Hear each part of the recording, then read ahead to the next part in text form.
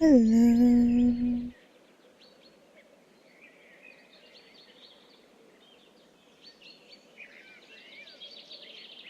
Why is it not showing up? Is it private again? No blurb today.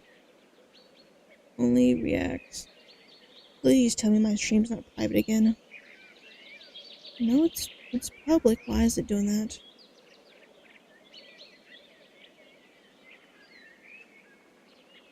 If my stream is... Okay, there we go. Good enough. Yep.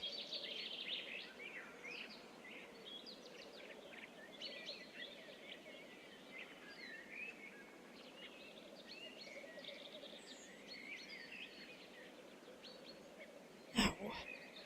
My knee is absolutely killing me. My goodness. Yeah, I might need to move my stool. I am not... I am surprisingly not dehydrated. I am something much, much worse right now. Something worse than dehydrated. Let me move my foot to rest. I need to like bend my knee in such like an awkward position. I essentially need to move my leg so it's bending backwards so it won't hurt. Like the pose where you have like your knees together and your legs behind you. I have to do that so my knees don't kill me.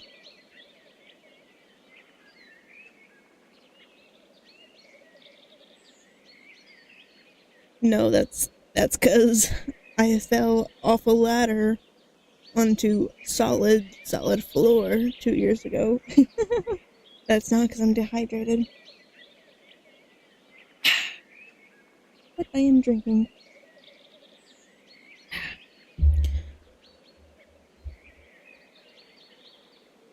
La-da-da, la-da-da.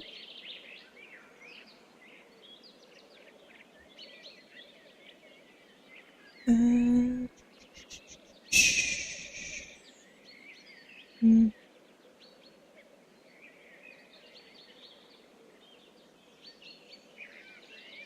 Ba-da-da, ba-da-da, ba-da-da. I should probably at on Discord.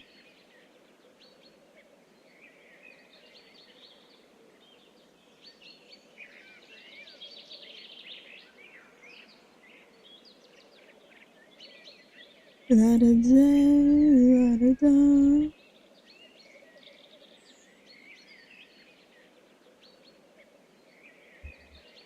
21, 20, 19, 18, 17, 16, 15, 14, 13, 12, 11, 10, 9, 8, 7, 6, 5, 4, 3, 2, 1. What? What? Hello VOD, hello chat. How is everyone doing? The day after, uh, no important holiday happened. Uh, hello. Oh, I need to fix that cable so I don't hit it again. But hello. Ah. But since it is the day after 4th of July, I can insult the US once again. There we go. Had to snap the cable back into place. But hello. But do you want to know what is worse than being dehydrated? Hmm? What could be worse than that? Uh, the fact that something worse than being hydrated is the fact that I have been awake for over 35 hours. I have been awake since yesterday morning. So I have been awake for 35 over 35 straight hours. I have had just a teensy bit of caffeine over the last 30 hours, something hours to keep me awake. Hello, hello. So I've had like four glasses of caffeinated water to keep me up, and I have a feeling it's gonna be another 20 before I sleep. But also, I am not even that tired, so I think I've stayed up longer than 30 hours before. Mainly, it was to watch an anime. I think I stayed up like 3 days in a row to finish an anime in one sitting. So, uh, this time it was because I needed to edit and then I was gonna stream, but then editing took like so long and it was already like something like 3 a.m. by the time I finished, so I just figured might as well just stay up all day. And I'm gonna repeat that probably. As long as I have enough caffeinated water, I think I'm good to go. Um, I think it was like 2 or 3 years ago. I think I was finishing Death Note, and then like the anime where a girl. No, not that one. It was an anime where I forget. Starts with a K, but it's an anime where a girl gambles and like willingly loses, and like if you lose money, you're like a pet. It's just like a K, I think. I watched those two like one sitting that I stayed up like 2 or 3 days for to finish like a bunch of anime. I think I also watched Your Lie in April during those 2 3 days. So time for probably another all nighter. Yeah, just like a K A K something maybe. But yeah, uh, I for someone who has not slept in 35 hours, I have pretty normal energy. I think like I'm definitely not super energized, but yeah. That that one I watched a few years ago. I stayed up all night for, and yeah. So if I am extra forgetful today or extra slow, it's it's probably the 35 hours of no sleep being a little extra hard on my brain. So that's probably the reason. But let me move my keyboard a little bit. There we go. Okay. I should have everything set up. Today we are. Do I have a list? No, I do not. Okay. Okay. I'm basically gonna be watching a bunch of like USA related stuff, like banned USA foods, banned foods in the USA, mistakes, Southern food, that kind of thing. I was gonna do it yesterday, but I spent way too much time editing. So now we're doing today. Oh, also, hello. Howdy, howdy, partner. Uh, I for I I completely forgot. Nice, a whole month. I completely forgot the weather was so bad earlier. I looked outside the window and lightning literally struck right in front of me. So that's great. It was so loud, the thunder and the lightning. Jesus. ah,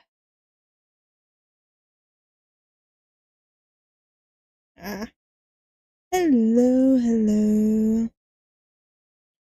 But yeah, the weather has just been absolutely great. Mm, I wish I could say the same. It had the weather here. Ay ay ay. The South in the summer is god awful. Last year, a tornado like literally grazed this. I think it grazed my roof. So yeah, me and storms don't get along, even though they sound so soothing. But let's get into American things, starting with bum bum bum bum. Wow, is this the right one?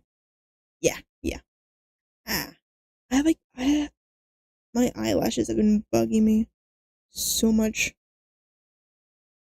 How do they hurt your bones? I mean, they hurt my ears sometimes. Also,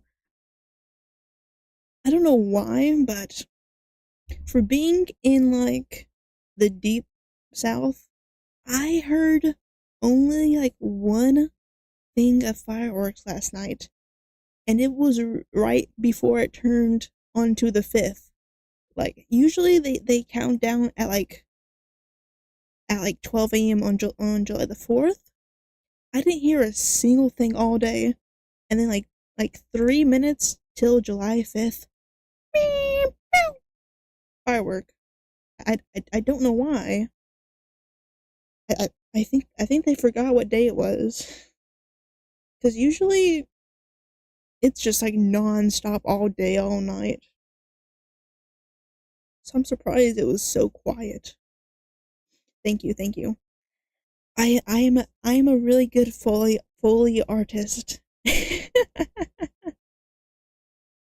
But I should probably stop yapping because I at least plan to finish all the videos on in the USA category today, which is like 5 hours worth. I'll I may have to split up. I don't know, but I'm doing an all nighter anyways, so might as well make some content doing it. But okay, oof. Let me do my intro, and then we shall get started. Hello, pumpkins. Hello, YouTube. My name is Mistic. Welcome to Mistic Reacts. Today we are watching 10 culture shocks. 10 culture shocks foreign tourists have when they visit America. Now, if you can't tell by my lovely lack of an accent, I am American. I am Southern. Born and raised. Yes, yes, YouTube. So, also, this video is, I think this one's like 5 to 7 years old. So, it's it's gonna be entertaining to see how out of date this might be because it's so old. Hello, hello. You made it just in time before we start the video. But this video's like a few years old, like 5 years ago, 7 years ago. Totally different culture shock than what might be now, but yeah. So I am looking at this with the eyes of a southerner and not a foreigner. So let's see how true these culture shocks are. Or if I didn't realize they would even be a culture shock I think the main one is the lack of health care that the foreigners will have. So let's see. Thank you for the hydrated. Thank you. Getting me lots of caffeine because I've had in the last 30 hours I've had 3 packets. Each are 80 milligrams. So 80 plus 80 plus 80 is I don't know how much, but I've had that much since I last awoke. But let's get into the video and see what these cultures talk. I said it a lot. Aw, man. Switch those numbers around. It could have been a funny number, 420. Well, at least that's not too much, though. That's still a healthy dose for this bat. Let's get into the video.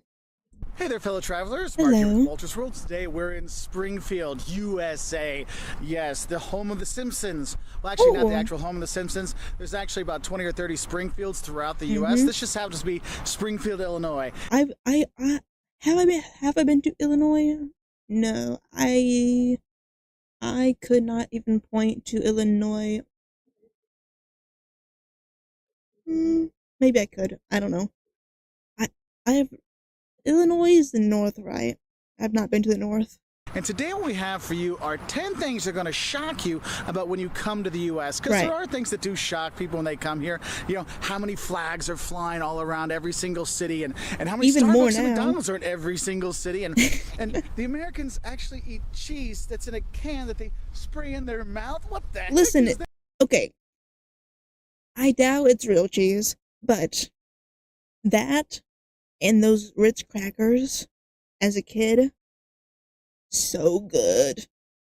So good. It is yum yum. Yum yum. I wouldn't eat it now, but it's yum yum when you're a kid. Tastes tasty. And look, no need to refrigerate. I'm not even talking about the I politics always of the US. refrigerate that. Did I? I'm pretty sure I did. I don't know. It's been ages. Which is also a shocking kind of thing. Today we're going to focus on our 10 things that shock foreign tourists when they come to the U.S. So let's get started, okay? All right, so the first thing that's going to shock you when you come to the U.S. are the sizes of the U.S. Now, when I talk about sizes of the U.S., I mean the actual size of the U.S., this country is huge. I mean, it's the size of a continent, okay? When you want to get around. But also the sizes of the food you get here, the portion sizes, free refills. Oh, my God, it's soda without end. But also the size of the people. And that's why I really kind of focus on the size of the U.S. as the first kind of shock. Because I'll meet tourists that are coming to the U.S. and they're like, oh, I'm going to fly into New York, just rent a car in New York, drive down to Miami, and then drive over to Las Vegas to do some gambling. That shouldn't take so long. Hope you have a whole year. Country. What you need to realize is the U.S. is huge. Big. That drive from New York City big. to down in Miami is going to take you 18 hours straight of driving. That means no potty breaks, no getting food, no getting gas. 18 hours straight. Oh no, of course, no construction, no traffic jams, nothing like that. We love our traffic jams. 1,300 miles, or about 2,000 kilometers, just from New York to the tip of Florida. And then if you want to go from Florida to Las Vegas, well, that's another 4,000 kilometers. And it is huge distances when you are traveling the U.S. And that does surprise people when they realize this, wow, this is a lot bigger than traveling around Germany. Well, yeah, Germany, you can take the train around and see everything. Tiny US, countries. You just really can't do that. The distances are just too big. And of course, with those sizes, I said the portion sizes here. One of the things I love to see is when people realize that we have free refills in the U.S. If you're getting soda, trust me, you would not love to drive around the U.S. It fucking sucks. It sucks. Each city is it's like an hour to go through. You're stuck in traffic for like an hour. Every road has construction because the roads are awful. There's always construction. There's always detours. There's always crashes. It is not. Our roads are awful. can, but a fountain soda, when they pour the soda for you. If you go to a restaurant, most of the time your Coke, your Pepsi, your Mountain Dew, which has super caffeine stuff, your Dr. Pepper, or root beer, which foreigners tend to hate, but we Americans love, it's free refills. You just get more and more and more. So you only pay once and you get all the soda you ever want.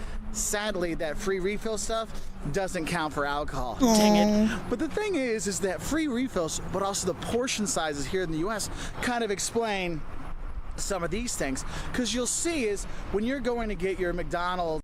Yeah, I am from the South. At the road, to drive on southern roads, you have to go on the other side of the road. You have to go on the wrong side of traffic just to avoid potholes the size of your tire. Otherwise, you will go off the road. Some of these things, because you'll see is when you're going to get your McDonald's or whatever sidewalk. In Germany, you get the large there, okay? The large is a half liter. Well, the large half in liter. Europe is just a medium here, because here you can get literally larges that are like this big. It is insane, the portion size. I get large waters. When you go to restaurants, sometimes you'll think, man, there's enough on one plate to feed 2 people. Yes, there probably is. So just know when you're coming to the US, you might pack on a few pounds or kilos or stones, whatever, whatever. What is it, American 15 or something? Because there is a lot of really big portion sizes, but there are a lot of really good food around here in the U.S. No, it's the not food's just great, McDonald's. though. We go to other places too. And then the third of those size things are the size of the people. Yes, there are a lot of husky, as I like to call myself, husky, fluffy Americans. Yes, we do eat a lot, and no, we don't go around a lot. We're driving a lot and things like that, and so you will see a lot of big people here. But the thing is, not every American I got some is a big stuff right fat here. slob like me, okay? There's all kinds of shapes and sizes of Americans that you are here, so don't just think every American just goes to McDonald's and gets fattened up. That's just me, okay? So just know that there are this size. I mean, it's becoming more common, that's for sure. Right? Now, the second thing that's going to shock you when you come here has to do with those people. It is the people. Look, there's this rumor that, Americans are just fake friendly. No, Americans really are super friendly. No, the fuck they aren't. What Americans are you meeting? Southerners are the fakest motherfuckers. Southerners are the fakest people you will ever meet in your entire life. Like, Southern hospitality is an act. It's a ploy. It ain't real. The moment you go away, they will insult you. They will shit talk you. Like, that is not a real thing. I do not know. All I know is Southern hospitality is just not a real thing. Like, I have seen people be like, "Oh, so nice to someone." The moment they leave, what was it? What was their problem? What was that attitude? Ugh, they shouldn't do that. That's just blah blah blah blah. Why do they do this? Why do they do that? So at least Southerners, not nice, fake people, insanely fake. Okay. I've never been to the North, so I don't know if they're fake or not. But Southern charm is only a charm. It ain't real. It ain't real. Where you go, people will try to help you. They'll show you around. They'll say, "Hey, which restaurants should you go to in this town? What site should we see? Hey, I'm lost. And then they'll say, "What an idiot," after you leave. Are really nice from the U.S. They'll say, and in different parts. You go to Minnesota, they're insanely friendly. You know what they'll say after you say, "Hey, I'm visiting here. Where should I go?" After you leave, they'll say, "God, I hate what this state is becoming. So many damn tourists everywhere. I'm tired of it. All these people moving to my state. It sucks. All these tourists. Damn." Like, no. They are not nice. Only on the outside they are. Not when you leave. People are really nice from the U.S. No. And different parts. You go to Minnesota, they're insanely friendly. In the Never been South, there. They're insanely friendly. No, they're not. One thing is people need to understand is the U.S., we do help each other out. We don't. Hey, how are you? Hey, how's it going? How can I help you? But that's just surface level. And we that don't give a service shit. kind of scares tourists when they It's come. just Like, fake. I just walked in the store and they're asking me, how can they help? I don't even know what your store has yet. How can you help me when I don't even know what you have? That's all just for just know that appearances. In the US, That ain't service. real. We're going to ask you right away, what can you get? What do you need to drink? What do you want to order? Can I help you with your clothes? What are you looking for? That's just basic customer service. Here. Another thing is when you look Mistic. at the U.S., you're going to have a big mix of people here. There's no one American. You know, you always have these stereotypes of this or this or this of Americans. You can tell this Americans is from a come few in years all ago. Shapes, all sizes, all religions, all colors, all creeds, all hairnesses, because honestly, the only fake stuff you see in the U.S. are the artificial colorings. Like you're going to see like the Fantas and Oh, this is not.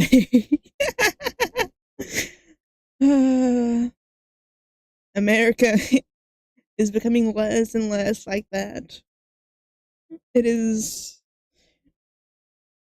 People don't like how diverse this country once was. They don't like it, unfortunately.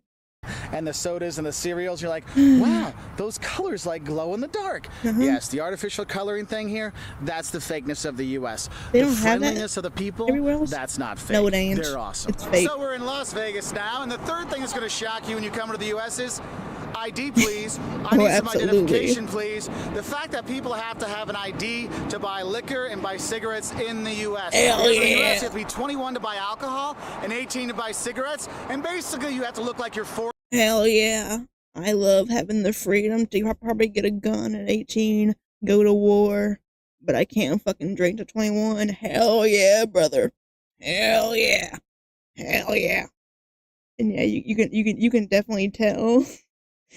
You can definitely tell the upbringing with these Buy them things. without them asking for your ID. Because I So was make the sure you lower, keep your passport with you. So lowest if you're gonna buy class stuff, you have that. American. And it's not just you, the person buying it, the people with you, they might need an ID too.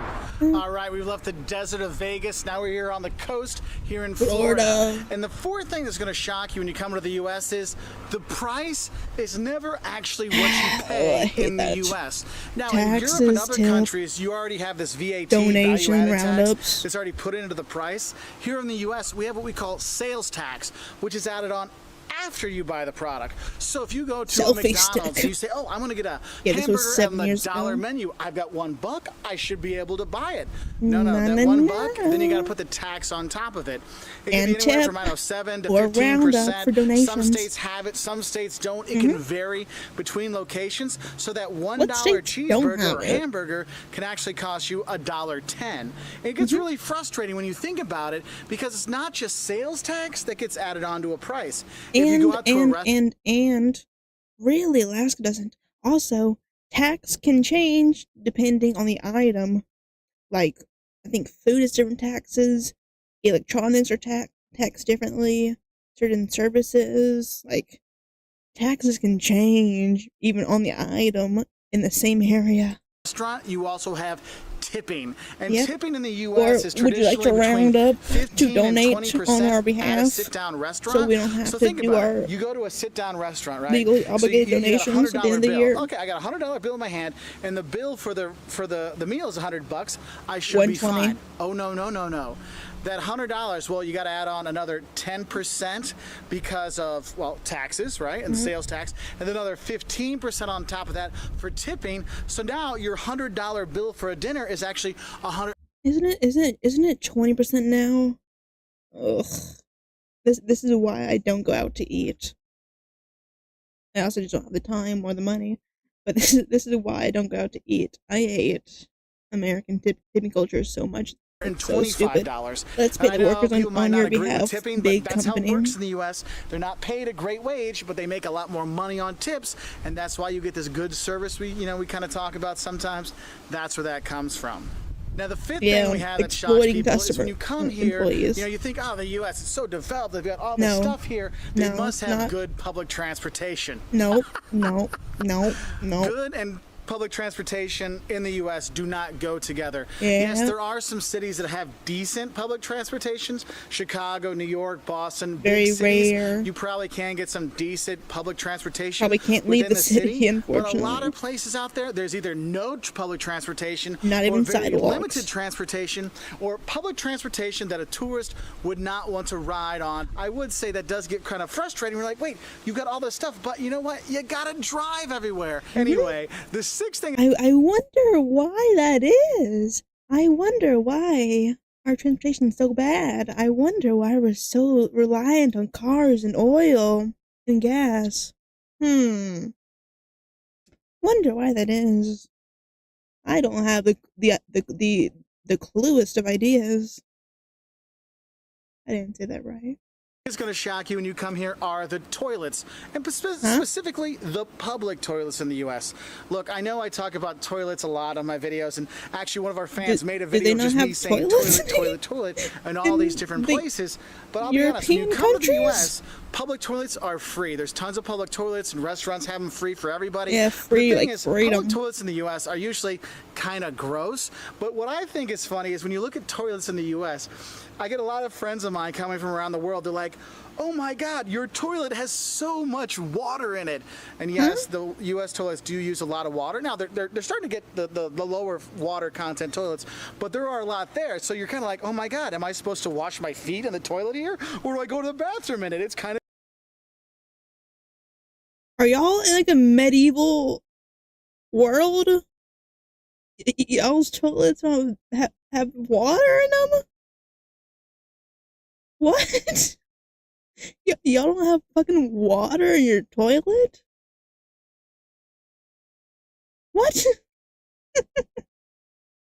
I cannot imagine paying to piss in public. Like, I know some stores here have, like, customers only, but, like, actually paying to piss is insane. Crazy.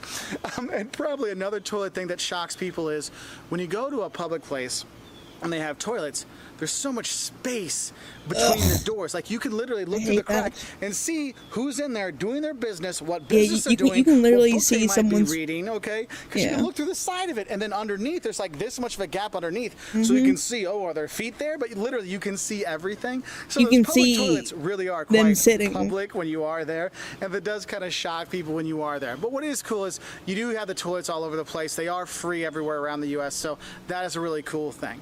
So we've moved from the sunny coast of Florida to the sunny coast or banks of the muddy Mississippi River. And the next shock we have for you coming to the U.S. are the Americanisms when you... Are you from Mississippi? Because you're the only miss whose piss I want to sippy.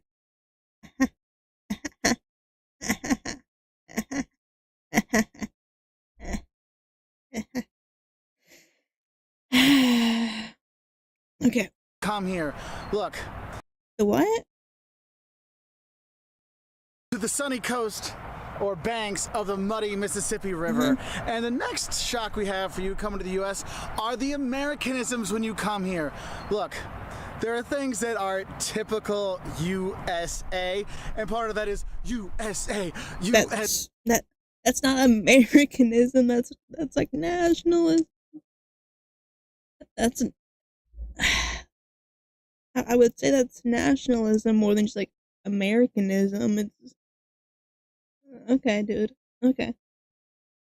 Say yes, one of the Americanisms here is the patriotism in the U.S. You will see the flag flying all over the place, and the people, they love America. America, you will see that. And some of the kind of quirky things about Americans when you do come here, you will see, and just America in general. You know, I talked about the toilets. Well, one of the things about the toilets is by the toilets you always see this kind of silver box next to it, and people are bending over at it. You're like, what's going on here? It's a water fountain, okay? We like to give away free stuff here. Okay, I thought he meant like the hand dryers. I was like, they don't have that either? Okay, water fountains. They don't have water fountains? All I see about Europe is like running water that you grab, you put a pour bottle in. Is that not considered like a water fountain? Where it's like streams? I mean, that is another Americanism. Tent folding is a American uh hobby. It is an American thing that that is indeed American. That's as American as it gets.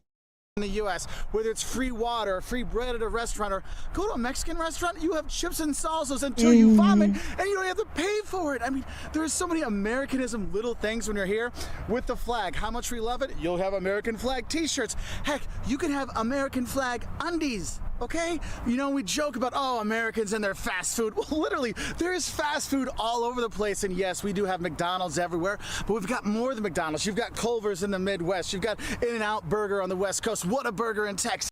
I mean, they're all just kind of the same. They're all fast food. So you're not really proving a point. It's all fast food that you're mentioning.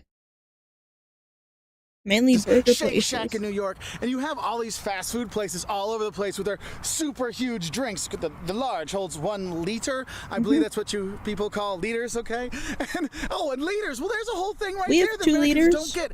Do you know the only way Americans know the metric system is because of our soda. This is a 2 liter of Pepsi. This is a 2 liter of Coke. And you know what? That's how we know liters here. Yeah. It's by our soda sizes, okay?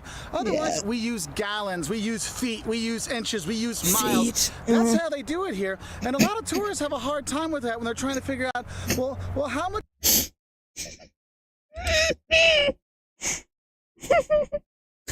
Was that audible? I did that as a bit. I think I did that a little too loud.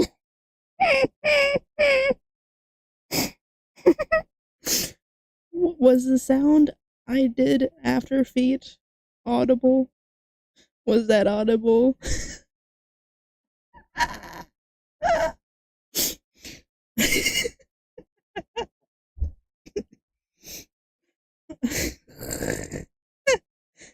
I really hope my mic cut out for that part. I hope y'all didn't hear what I said. Okay, good. I did not make any noise that I would be worried about getting clipped. Okay? Otherwise, we use gallons, we use feet, we use inches, we use miles. That's how they do it here. And a lot of tourists have a hard time with that when they're trying to figure out, well, how much is a gallon? A gallon is about 4 liters, just so you know. Okay, it's like 2 of these out there. Oh, in the U.S., how you get great quantity discounts. Christmas See this crunch. Coke? This was $1. See this Pepsi? This was $1 at Walmart. Love you, Walmart. And let's not forget about the Walmarts out. That's like $3 or $4 now. For an on brand, like the off brands are $1. Out there, Inflation. 24-hour shopping. Think about it. Yesterday, my oldest son. 24-hour shopping.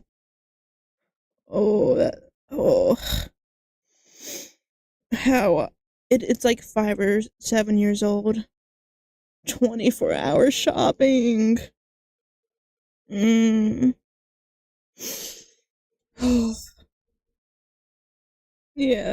After COVID, we are never getting 24-hour shopping back, because they realized they could close that and not have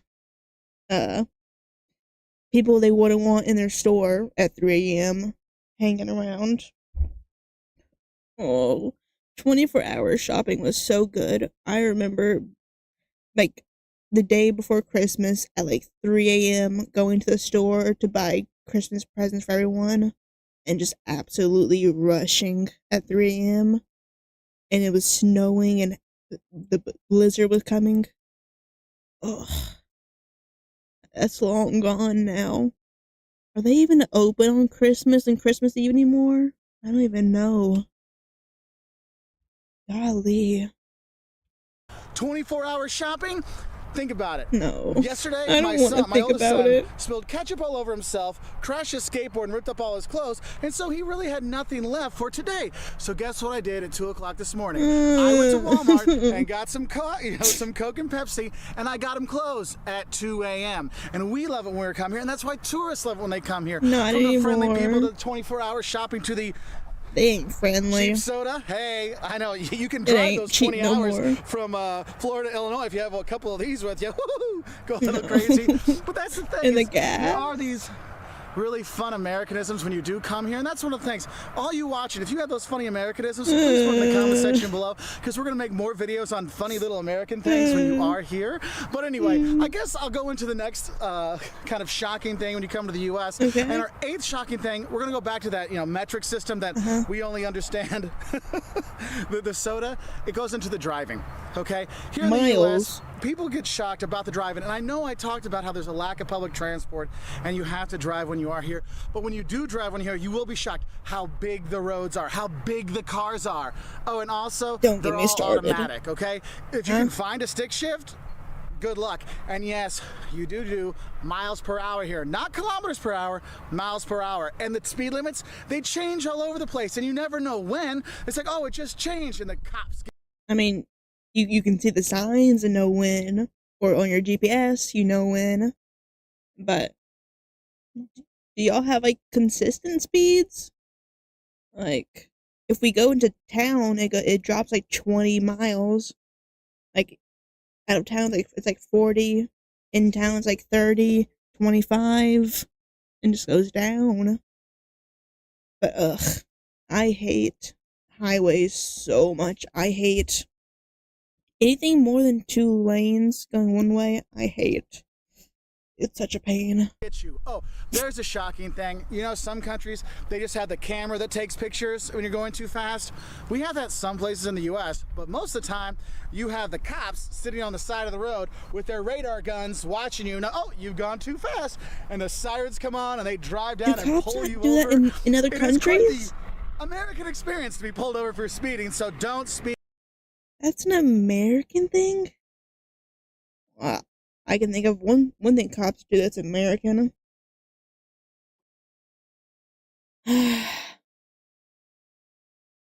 When you're here, and there are some other little things that are different. Here in the U.S., you can take a right turn on a red light. So if you're sitting there and you can take a right, you get your blinker on, it might and people say are honking no right at you, turn. it's because they want you to take a right. Now, make sure you look to make sure the traffic is coming, Hello. but you can take a right on red. And the thing is, we Americans love our cars. I mean, it's the most liberating thing. When you're 16 years old, 16 years old, you can get your driver's license here, and so you get your 16 license to drive, license to live. Oh yeah. And that's part of the U.S. culture. We eat in our cars, we drink in our cars. Soda, don't drink and drive. The cops will throw you in jail. They don't care what country you're from. You will go to jail. Don't drink and drive. Not for long if you're American.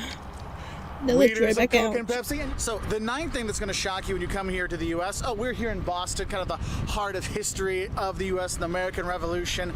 And the 9th thing that's going to shock you when you come to the U.S. is you will see a lot of homogeneity, i.e., that means like everything's kind of very similar everywhere you go. But also you will see definite different cultures. What is he getting at? And culture and history in the U.S. We get tons of comments saying, oh, the U.S., there's no culture there. It's just McDonald's, and there's no history there. It's too young. No, there is. I mean, there is history, but like our culture comes from other cultures moving here. That's where most of our culture comes from, is other people bringing their culture here and adapting it to the area. So our culture is other people's culture, just a little adapted. But like, I mean, if you go to a state, you're gonna see the same things. Like, if you're in the same state, of course it's gonna be the same. Like, every state's like its own country. It's not gonna change that much in the same state. There is history and there is culture here. I mean, well, on the other side of it, there is a lot of homogeneity. So when you go travel around, you see the same stores. You'll see, oh look, there's an Old Navy. Oh look, there's a Sephora, and you'll see the same stores again and again. And it gets kind of repetitive, especially when you're going into the suburbs and kind of the newer cities. That's just regional stores. Huh? The newer towns, it really looks like, I mean, I can't tell the difference between going to one city in one part of the country versus another when you're doing that shopping experience or hotels and things like that. So it does get kind of shocking when you're like, what town am I in? It seems the same.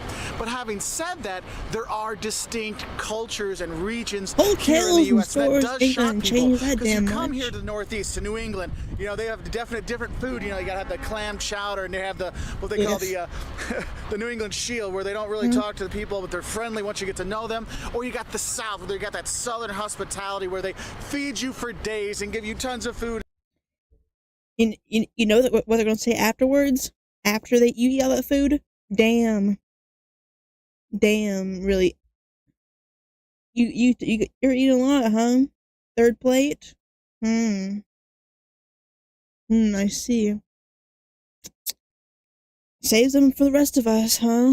I spent all the time cooking, and you're just gonna eat all that? And ask you how you're doing and all kinds of stuff. Or you got kind of like the cool, kooky West Coast that's out there. There's definitely different cultures here in the U.S. and it does shock people when they drive around and realize, yes, a lot of the stuff looks the same, but the people are different in different parts of the country. So just know that, yes, this homogeneity will shock you, but there are different cultures out there because, yes, there is fantastic history here in Boston and great museums around the U.S. The Getty in L.A., the Art Institute of Chicago, the Met in New York. I mean, you can have great history, you can have great art, you can have great culture when you are here because this is a big melting pot of the world. And the 10th thing that's going to shock you when you come to... Yeah, the reason there's so much culture is because it's a melting pot. That's how we have...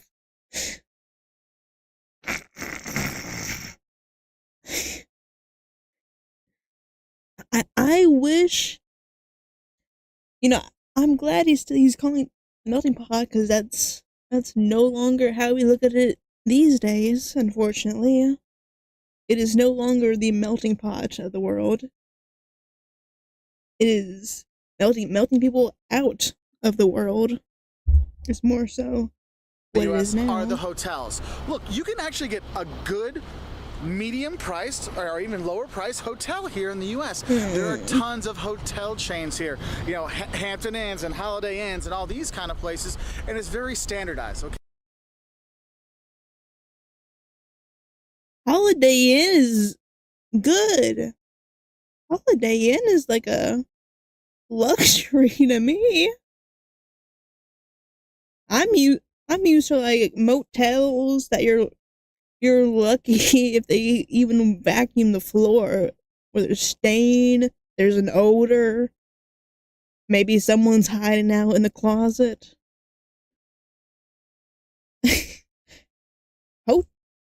Holiday Inn, that's fancy talk. That's fancy talk to me.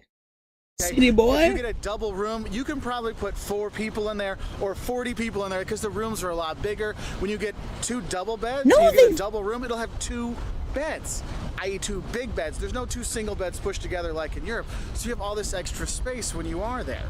Now, one of the things that kind of shocks people when they go to do the hotels here in the U.S. is it's kind of like the relatively cheaper the hotel is, the more stuff they give you. You go to a cheap chain hotel or a medium price chain hotel like a Hampton Inn or something like that, and you get free Wi-Fi, you get a free breakfast, like as much breakfast as you want.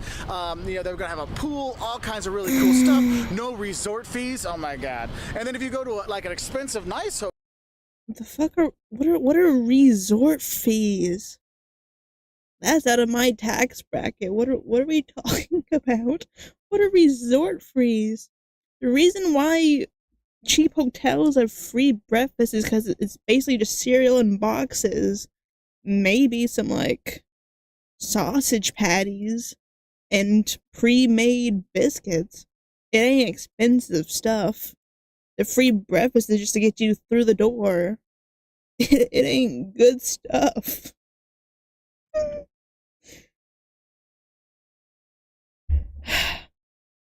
Times like these, you just realize how different the tax brackets are.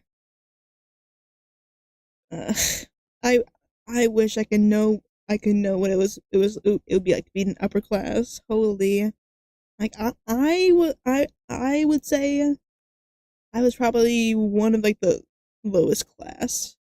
You'd probably Hotel be. breakfast? Oh no, you get to pay for that. Oh, you want internet? Oh, that's $19 a day. You're like, what? Oh, the Where pool. are you Oh, if you want to use the going? pool and do the fun stuff, you need to do the resort fees and pay extra. You're like, wait, I'm paying triple the price for a nice hotel and I actually get less amenities. Why do hotels have events?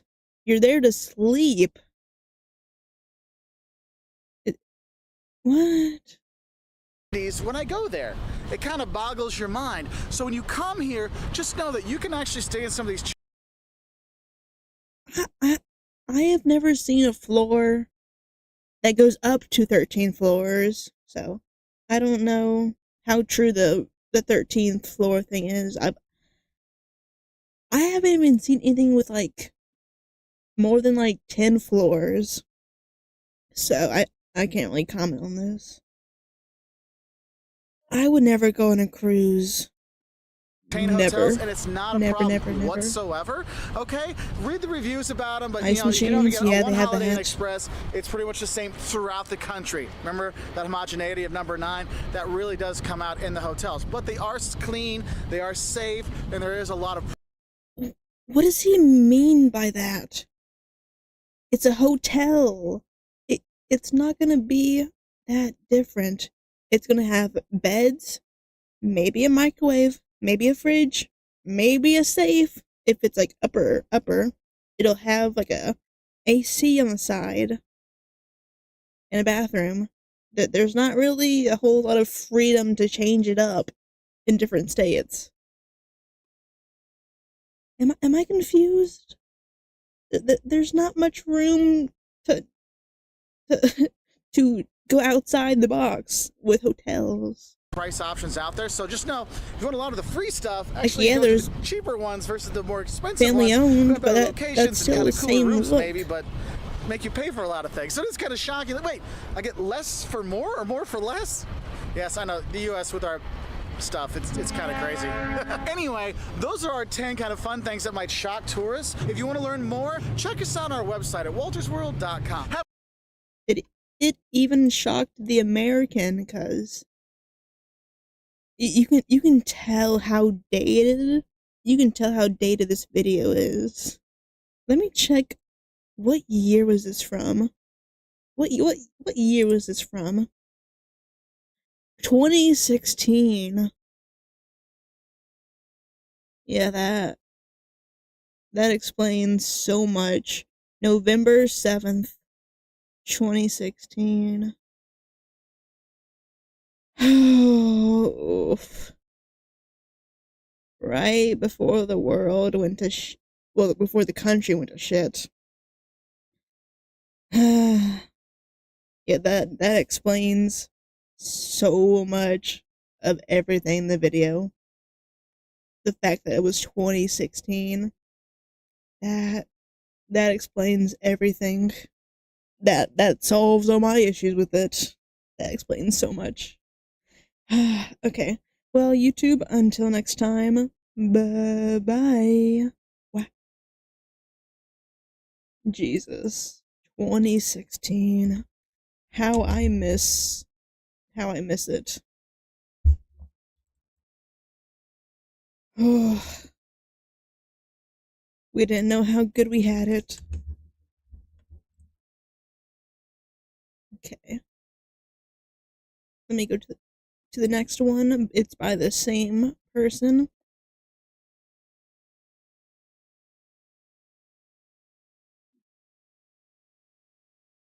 Okay. Let's see. Now this one's gonna be personal to me. Kind of.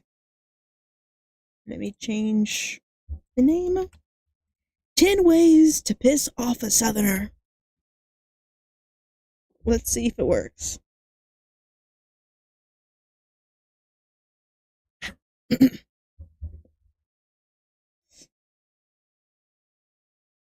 Hello YouTube, hello Pumpkin, mine is Mistic, and welcome to Mistic Reacts. Do you want to know 10 ways to piss off a southerner? Well, me too, because I'm a southerner, and I don't know what those ways would be.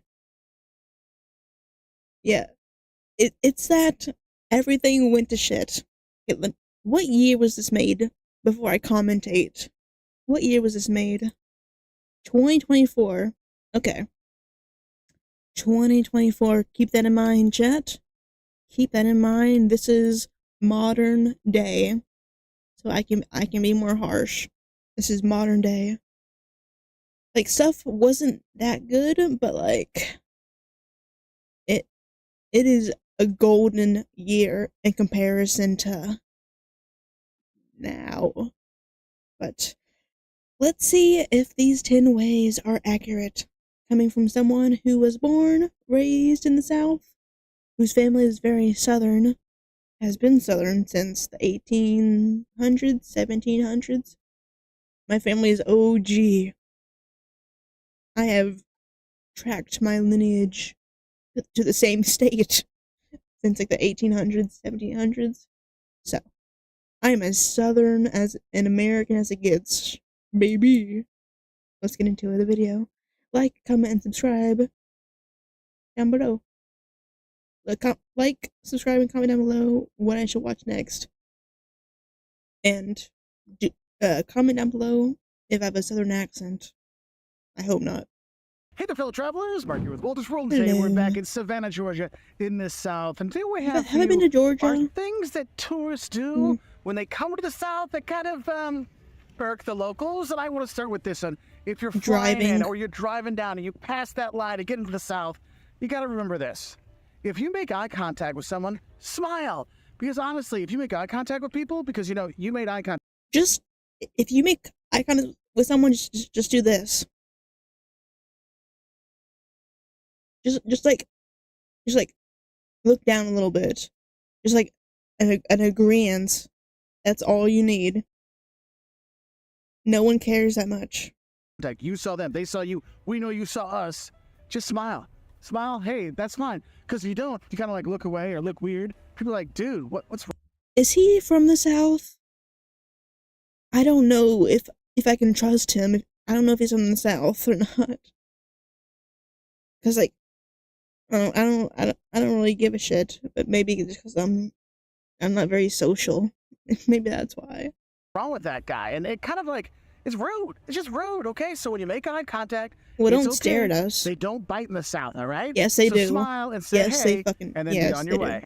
And kind of following along with that, another time you're going to upset the locals who are in the South is if you avoid trying to make small talk at the checkout line. Look, I don't care if it's Publix, Piggly Wiggly. I don't care if you're going to Starbucks. You gotta have the small talk. No, you don't. No, you don't. I am a Southerner. I never, ever, ever make small talk. Like, the only time I ever make small talk is if I am interested in the person behind the cashier. That's the only time I would even consider it. And even then, I would just, like your glasses. Okay, bye. That's the extent of it. Don't talk to us. It's all an act. Plus, if you're not from the South, if you're a tourist, they already hate you. If you're a tourist, they already hate you. That they don't want you to talk to them. So it would probably only make it worse if you talk to them. Because that's what you do when you're at your checkout line. It's a no, thing it's not. here. And if you sit there, zipped up, I'm not talking, I'm not making eye contact, nothing. That is not a Southern thing. Yes, they it will is. talk to you. Even if you don't want to talk, they will still talk to you. So you need to talk with them. They will get the hint. They're going to share their story about their mama, their grandma, their friends. Way more oversharing fuck than their you family. ever imagined. I don't give a shit. But it's just the way it is here. And if you don't try to do the small talk, they're going to think you're some kind of weirdo. So well, maybe practice your small talk before you come here so you can fit right in, all right? Because you don't. Rude.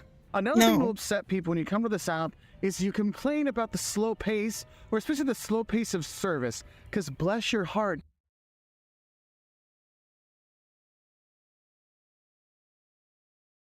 What the fuck are you on about?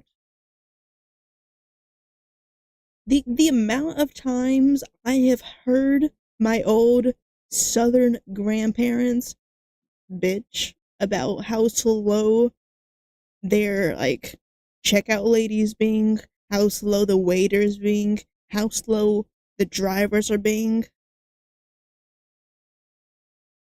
We don't have patience here. We don't we don't wait forever. Well, what do you mean by that? What? If you do complain about it, that slow service might get even slower. Look, I you're mean, coming to the South to relax. well, yeah, don't complain to the people, but you can complain to your friends. You can complain to your family. Obviously, if you say, "Hey, worker, you're being slow as fuck," they're gonna slow down. That ain't a Southern thing. That is a "you're being rude to staff" thing. That ain't Southern. It's hot, it's humid, you don't want to move quickly, you'll just sweat more. So sit back, relax, and don't complain about You slow want to service move because the quickly people in to the get out of the South heat. take the time to enjoy life, No, they enjoy those don't. drinks, and enjoy No, their they time don't. together. So one way They you can really fucking tick off a hate each Southerner other. is by not using your manners. Seriously, think about the way you would treat your grandmother, and that's the way you should treat everyone Okay, around you. that Hold the door. that one is true, cause Southern old ladies, Southern grandpas have a fucking ego. They have a huge ego. The whole respect your elders thing is very alive and well. That is the one thing that's true, because they have huge egos. They have huge egos. You can just don't talk out of turn. For the person behind you. Say please and thank you. Yes, ma'am. Yes, sir. Show some respect. That's how we do down here, right? Yeah. Another thing that upsets Southerners is when they order sweet tea and you just offer them some sugar packets to go in the unsweet tea. That little I mean, it's. I mean, yeah, that's not Southern tea, but like, my family would just get sweet tea and put more sugar in there. That's what they do. So I mean, it's it's not unheard of for Southerners to do that. Dixie Crystal packet thing is not going to make sweet tea. So if you don't have actual real sweet tea brewed with like actual sugar already in it, just hand them a glass. But why would you make the tea? Why would are they visiting you? Are the Southerners visiting you? Or are you visiting the South? Glass of water. Why would Now, you have the another way you tea? can really upset your Southern friends when you come down here is refuse to eat at that shack on the outskirts of town that just says barbecue painted on the side. Okay, fair enough. Look, Those are good. I'm going to give Those you a are little good. hint. When you come to the South, you will have the best barbecue from the most random places. Yeah, Okay, I agree with it might that. be a shack on the side of a gas station. It might be Usually called a shack. barbecue pit in the middle of nowhere. It's going to be awesome. The locals will come from all Mm-hmm. over to go and eat there. And if you're thinking, well, unless it's in a restaurant, I wouldn't eat barbecue there. I frown upon this. Well, then you're going to miss out on some of the best barbecue in the county and probably some of the best banana pudding. Oh, my family has a generational family banana pudding, but the best barbecue places you can't eat in. They're like maybe a 10 by 10 store that is drive-through only. They serve pulled pork and buns. Maybe banana pudding, maybe mashed potatoes, maybe macaroni and cheese. That is the best barbecue you'll ever have. Okay? Insider tips. You can even imagine, all right? So don't It be a is so fool, good. okay? It's Don't so be like, good. oh, I don't go there because your locals, they're not going to like that and you're going to miss out. Yeah. So one way you can really upset a Southerner is to even remotely imply that SEC football is not light. Because let What the fuck is SEC football? What is that? me tell you, Saturdays in the fall, we are all about football. Do not think What that is you can that? come down here and insult football or talk about Big Blue or OSU or anybody that isn't part of the SEC. Because even when it's like SEC rivalry, I'm not the demographic for this. When I see OSU, all I think of is the game OSU, where you tap. I don't know any other context other than that game. Huh?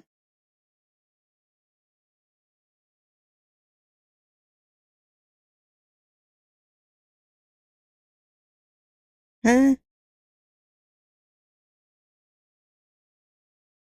What? Am I too sleep deprived to understand that? Only thing I understand is peg. Rest of that I don't get. But We'll Osu. put up with that a whole lot better than we can put up with you talking about great football somewhere else. I And on don't know Saturdays in the fall, you anything may about hear this. people I say don't give a something shit like about War sports. Eagle or Roll Tide, but we all know what it really is Go Dogs.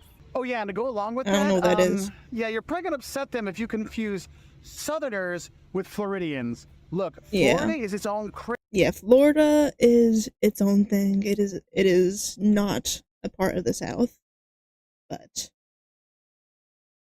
I don't really care about that. But yeah, Florida is its own breed of crazy. It is. It is its own breed. crazy world. Yes, it's located in the southeast part of the United States. But yeah, Florida and Floridian Southerners, yeah, Southerners will not take kindly. If you're not sure why, just search Florida man and your birth date on Google, and you'll kind of understand why they don't want to be associated with Floridians, okay? Well, that's Another 'cause way they you can have upset locals here in the very South public is if you laws. kind of think your version of a Southern classic is way better than anything you find here in the South. I mean, one of the biggest examples I see in the U.S. is when you go to New York City and there's Never Magnolia been. Bakery. It's a fine bakery, don't get me wrong, but everyone talks about you have to get their banana pudding. It's unbelievable. I've gone there. I've had it. It's nice, but I would average it about average here in the South. And I mean, I'd I rather don't go to see any remember we banana talked about pudding. the shack on the side of the road. Are you Their gonna banana show me the pudding, banana probably pudding? 10 times better, okay? And it can be other things as well. You know, I mean, I live in Illinois, Family and made people are like, oh, recipe. Illinois barbecue, we've got Million it times good. I'm better. like, really? Do we? Do we really have it better than Only thing I can think about when I think about people eating barbecue for the first time is seeing British people eat barbecue. It is the funniest thing ever.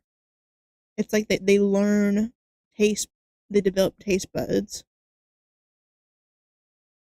Ooh, good luck, good luck. Thank you, thank you. Thank you, thank you. Good luck with tomorrow. Good luck, good luck. Thank you, thank you. Bye. But it is so funny seeing like Europeans eat barbecue. You are missing out. You are missing out. I would say the best southern foods you will ever eat: barbecue, pulled pulled pork, sloppy joe, fried chicken, anything with meat, and banana pudding, and it's really I think that's about all. Anything that has pork is the best thing you'll ever eat in the South. Maybe I'm biased because I love ham, I love pork. It's so good. But the chicken's good. Just any meat in the South is the best thing you will ever taste. Especially if it has sauce and you eat it with your hands. Best thing ever. Georgia or Alabama? I don't really know about that when we're talking about Southern I want barbecue. that. And that's one of those things the locals will just kind of roll their eyes at you and be like, oh, bless your heart with your Illinois barbecue. So another thing you might do that irks a Southerner is kind of mislabel certain states to make them Southern or make them the Deep South. Like the Deep South, then we're talking Mississippi, Alabama, Georgia, South Carolina. That's the Deep South. And then you can say, okay, the states that kind of go with the South, right? Oh, you got North Carolina, Virginia, Tennessee. Yeah, some people say Kentucky's in there. Texas, it's not Southern, but it's definitely the South. So you have that. I mean, Texas definitely has deep South vibes. And then there are states that people are like, really? I don't really know if that's really the South. We're talking like the Arkansas, Oklahoma. I mean, Missouri. I mean, I know Missouri plays in the SEC. What is the SEC? I don't know what that is, but Missouri, I don't know where that is. I'm guessing it's probably like Midwest, maybe. Probably. That's probably my guess is where it is. For football, but let's be honest, Missouri is the Midwest. So just make sure Okay, I was you're right. having the proper labels for the states you're talking about when you're talking about the South. Mhm. Another thing that might get them is if you don't appreciate the Southern way of shopping, and that means not respecting the Piggly Wigglies, the Publix, the HEBs, those local grocery stores where you go and get the boiled peanuts, the briskets, and all the Publix great ain't food that's here in local. the South. Yes, they have national chains here, but honestly, you got to go to the local places. And if you don't respect them, Publix ain't a local place, it's a chain. What? whether it's Piggly Wiggly to get those boiled peanuts or you're going to get the sandwiches at Publix that are awesome, That's yeah, not that's local. going to kind of turn them off because those are the good places to go shopping and get your groceries when you're here, all right? So No, it's don't blow not. them off. That'll piss off the locals. I'm gonna. I feel like this guy just called me poor in every way. Publix is like. It is like the rich person's grocery store in the South. Like, Publix is like the rich person's store. Like, there's Aldi's, and then there's Walmart, and then there's Kroger,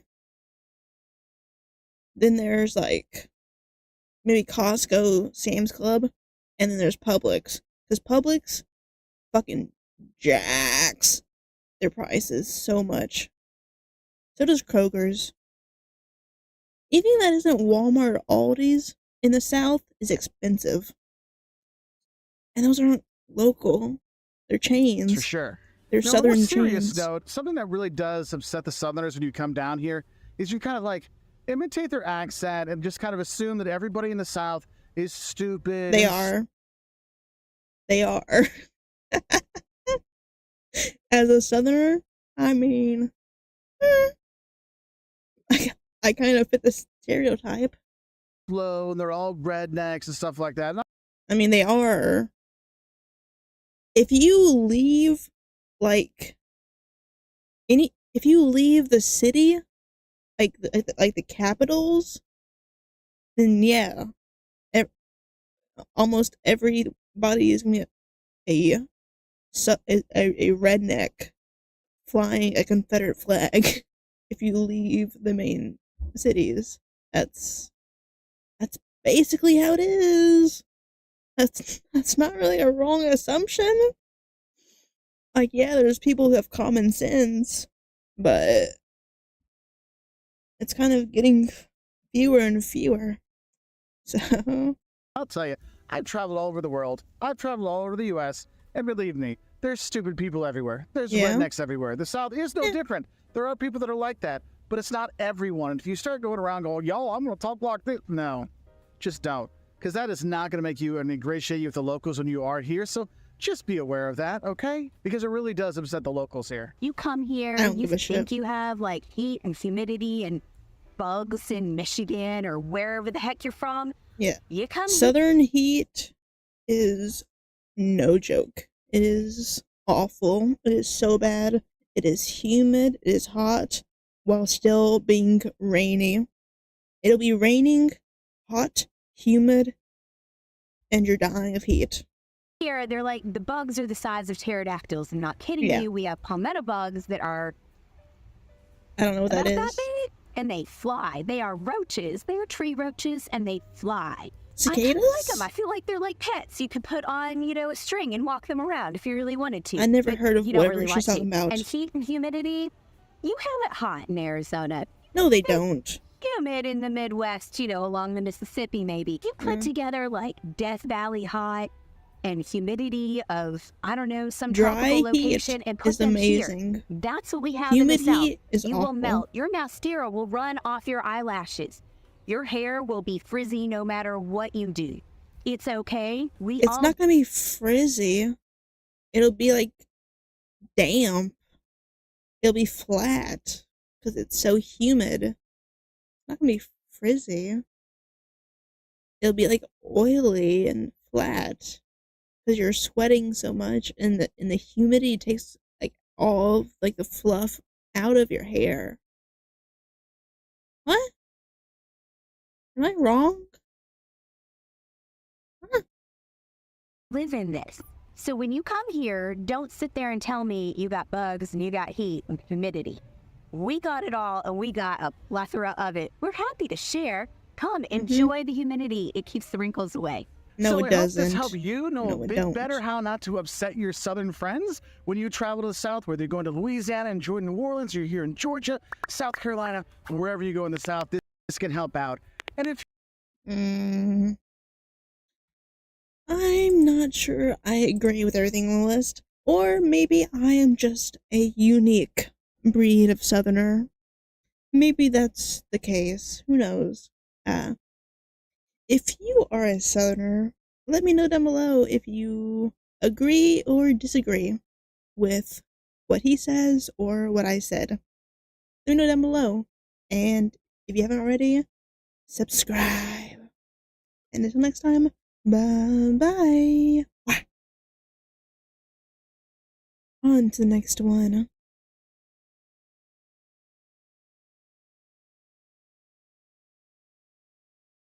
A lot of that kind of really wasn't all that annoying.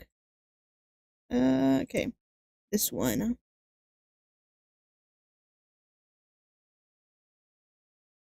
Thank you. I'm very tough. You agree and disagree. Thank you. Thank you for agreeing with me and disagreeing with him. Thank you for that. Thank you.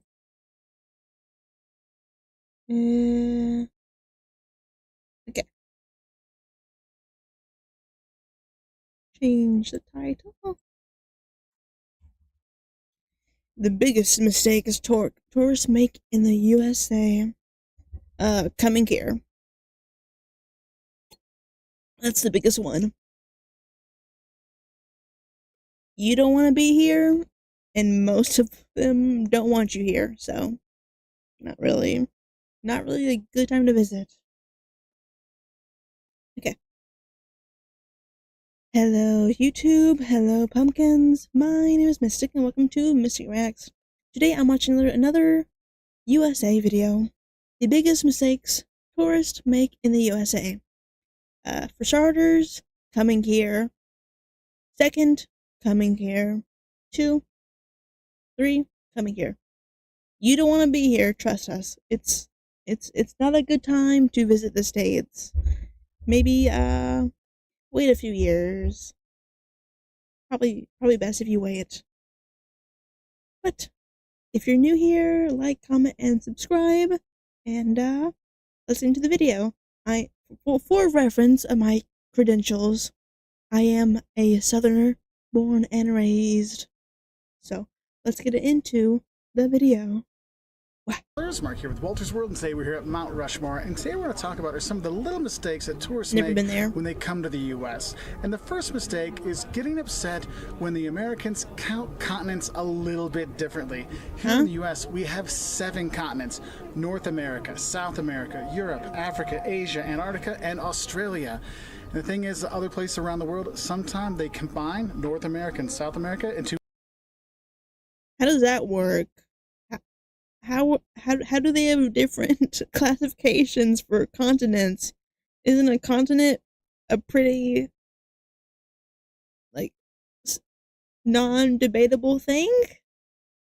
How are you combining it? Huh? I feel like that's kind of... I thought we all agreed on that. 4 and 8. The Americas, and they only have 6. So don't get upset if we count a little bit differently here in the U.S., all right? Now, let's see some more of this beautiful country to talk about some of the other mistakes you might see. So now we're here in Cheyenne, Wyoming, and my next mistake that I see tourists make when they come to the U.S. Have I been to Wyoming? Maybe. is thinking that no one will understand them when they talk smack in a foreign language. Look, you can talk smack in German, Italian, Spanish, Portuguese.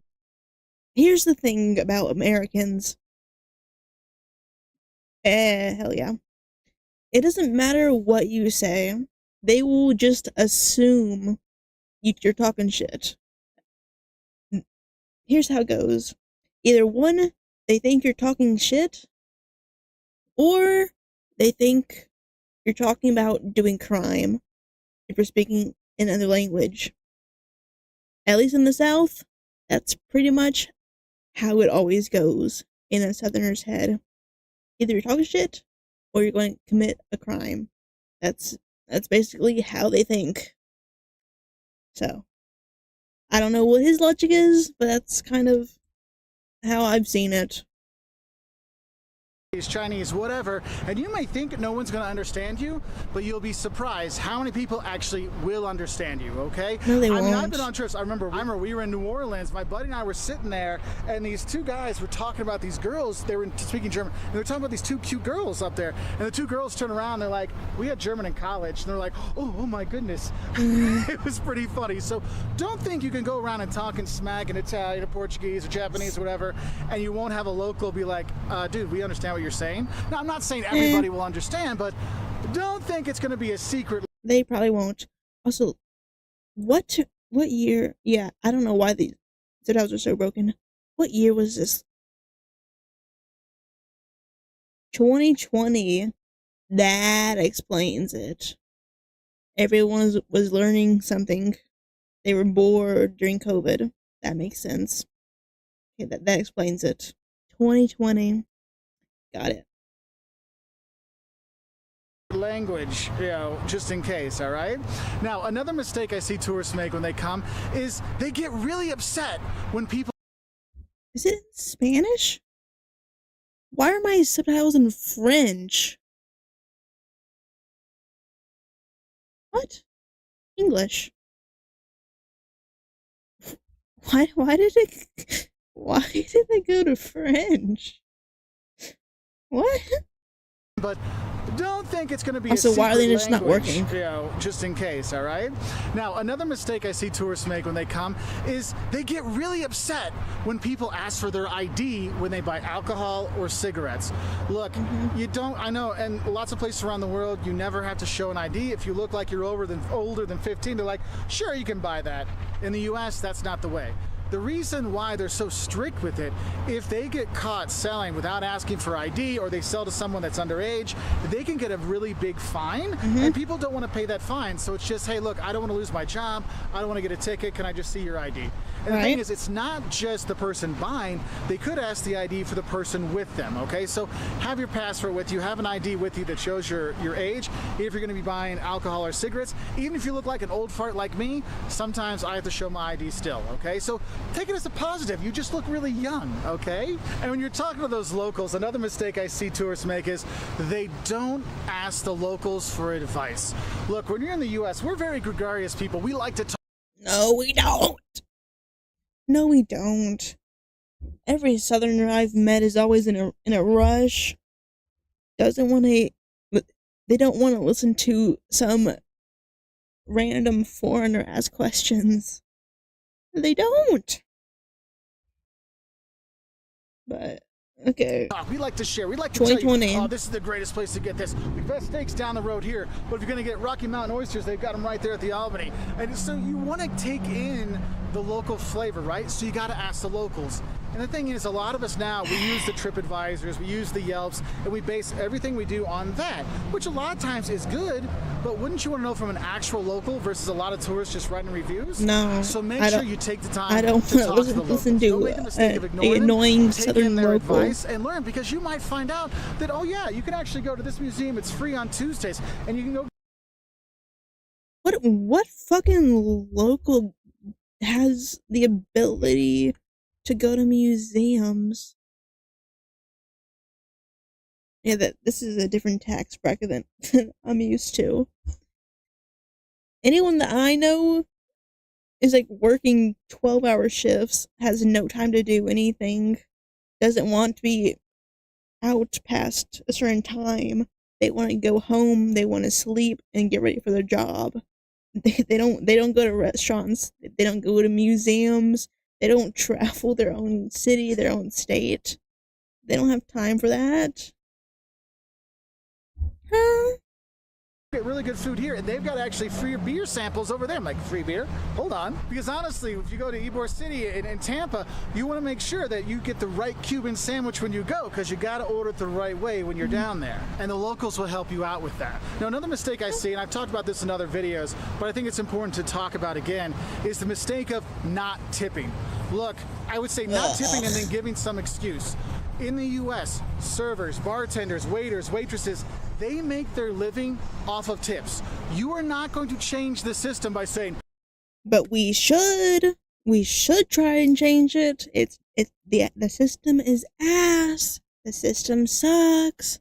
If a restaurant can't pay them minimum wage or more, they shouldn't be a restaurant. Huh? In the US, military recruits go to middle and high schools. That's where they go. I don't agree with tipping. This is wrong. I will never tip. They should get paid more. This is me saying that they should get paid more. I'm not going to support those business owners that are doing that. Look, you're not doing that. All you're doing is being cheap, okay? You like the food, how it's cheap in the U.S. Well, part of that is because they don't have to put on the service charge and pay the waiters and stuff as much, and so they have lower food prices. No, it's also because they cut corners. They cheap out. They don't. They make everything unhealthy, so everything's cheaper. That's not. So therefore, it's up to you to tip. So 15 to 20% when you go to a sit-down restaurant, that's a typical tip in the U.S., okay? So don't make the mistake of not tipping, because I guarantee if you go back to that same restaurant, they'll remember you. So I'll leave Cheyenne here, and let's go see more beautiful parts of the U.S. So continuing on with our mistakes that tourists make in the U.S., we're here in Atlanta, Georgia, and my next mistake I have for tourists is they don't buy the insurance package.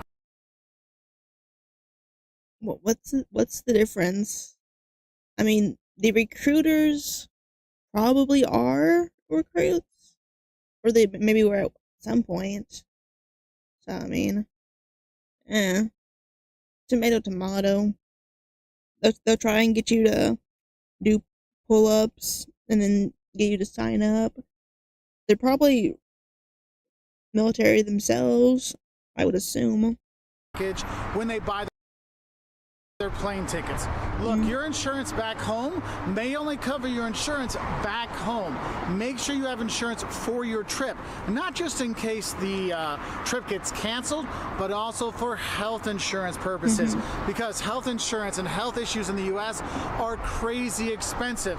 You need to go to the ER, you could be out a few grand, okay? A few grand? More like a few $100,000. Is a grand 1,000 or 100,000? Because you'll probably be out a few hundred. Or if you're lucky, maybe 10,000. A lot of times when you buy international tickets, they'll give you the option to get extra insurance when you do that.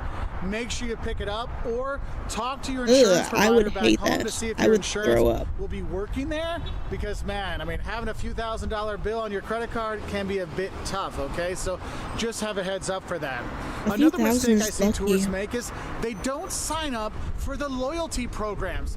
Look, here in the U.S., we love our loyalty programs. Yes, I'd love to collect my miles so I can get a free flight.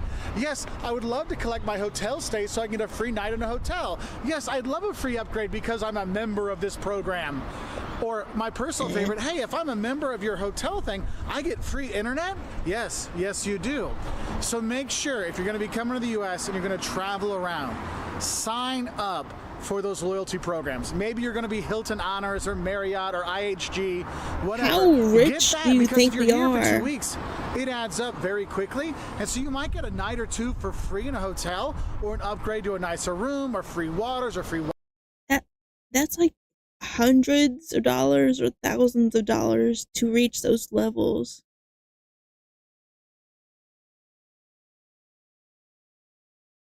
I am not the tax bracket to watch this. Wi-Fi, it does make a difference. And the thing is, those loyalty programs, it's not just for Delta Airlines and Marriott hotels. No, they have that for stores and restaurants and things like that. So make sure you do sign up for those to get the benefits, okay? Because those little benefits add up over time to make a big thing. Another mistake we see is people don't look for the deals or just ask about the deals. Look, there's going to be coupons for all kinds of stuff you go to Not here anymore. in the U.S. No. For example, we went to the Georgia Aquarium, one of the best aquariums in the world here in Atlanta. Coupons are basically dead nowadays. Only thing that really exists are like apps giving you discount. Coupons, basically dead. Or if they exist, it's like maybe $1 or $2 off. Coupons, nah, they ain't what they used to be. Okay, and we went there and they're like, wait, it's almost 4 o'clock. Why don't you go buy your ticket online and you can save $10? I'm like, wait a minute, I'm here in line wanting to pay you right now. They're like, no, go on your phone and buy it there and you can save money. I'm like, I didn't. The employees told you that? They must suck at their job. Because why would they not want the extra money? Why would they not want the extra money? I feel like they probably got reprimanded after that. Know that. That's why it's important to look, They probably got but in also trouble. it's very important to ask, do you have any specials? Do you have any deals? Are there any discounts? Because there really are a lot here in the U.S. It can be a Groupon kind of thing. You can do that.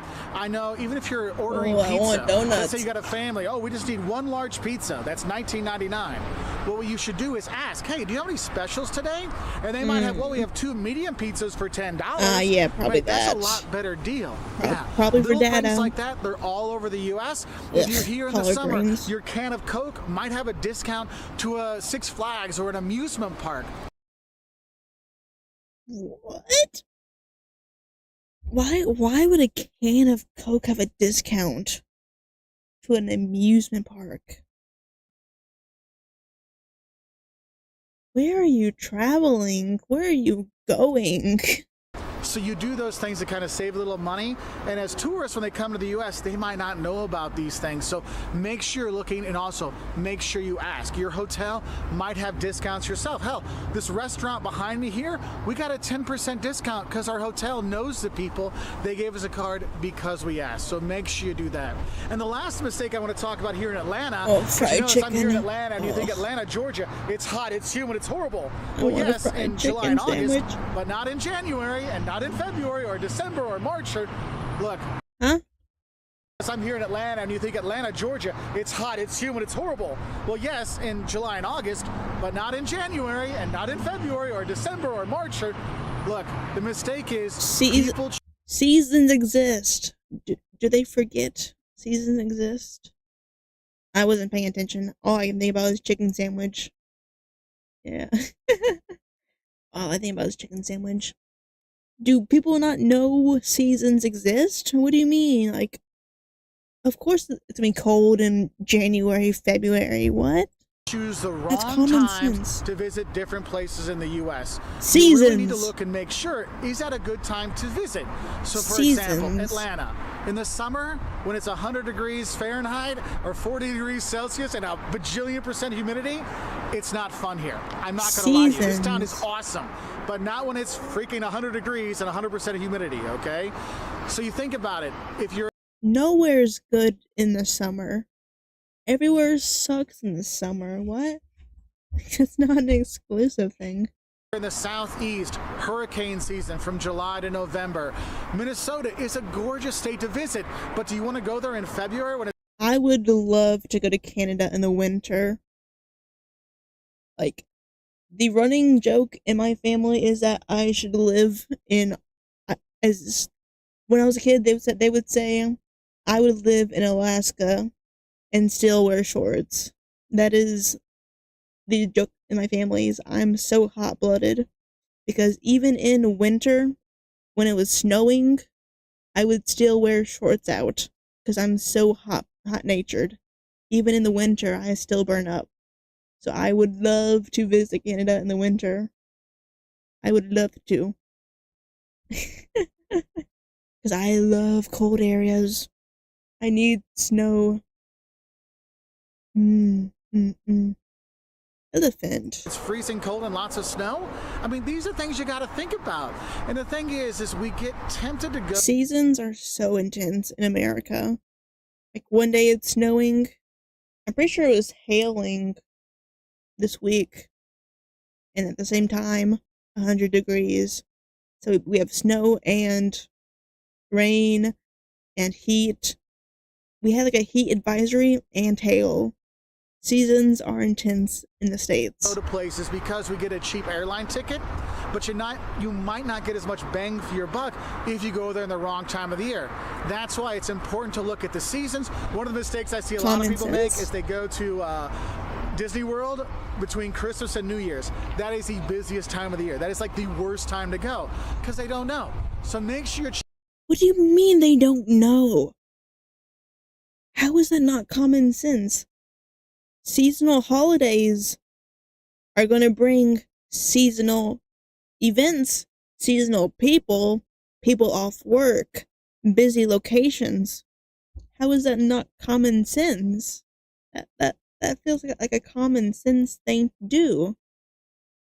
Like, I'm planning on going to a different country. I'm looking up every single holiday they have. I'm looking up every single month what the weather's like. Even months I know I'm not gonna be there for, but like I should still know what the weather's like. I should still know what national holidays are, when everyone's off work, what the work days are like. That feels like common sense to look up those things when you go somewhere. What?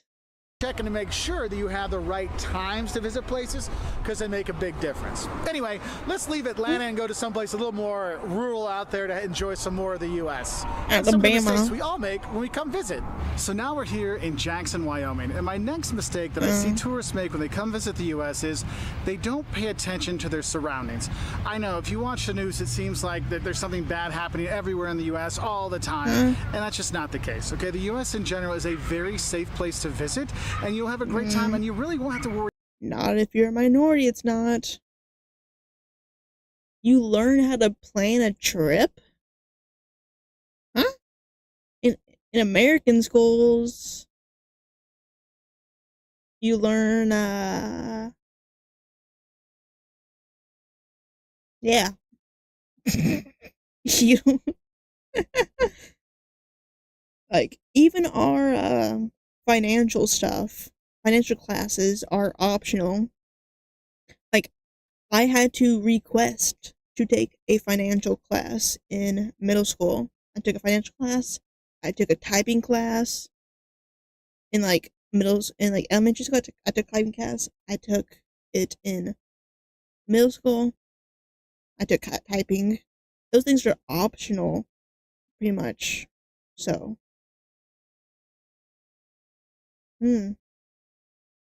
yeah.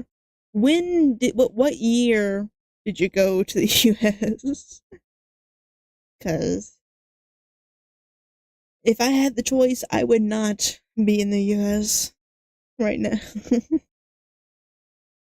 But, I mean, if you stay in, like, the main cities, and you do, like, main city things, you don't travel too much, I mean, it probably wouldn't be too bad. Just don't go off the beaten path, pretty much. Don't go down to the rural cities, and to be good. Too much, but that doesn't mean you don't need to pay attention when you're walking around cities or you're exploring national parks.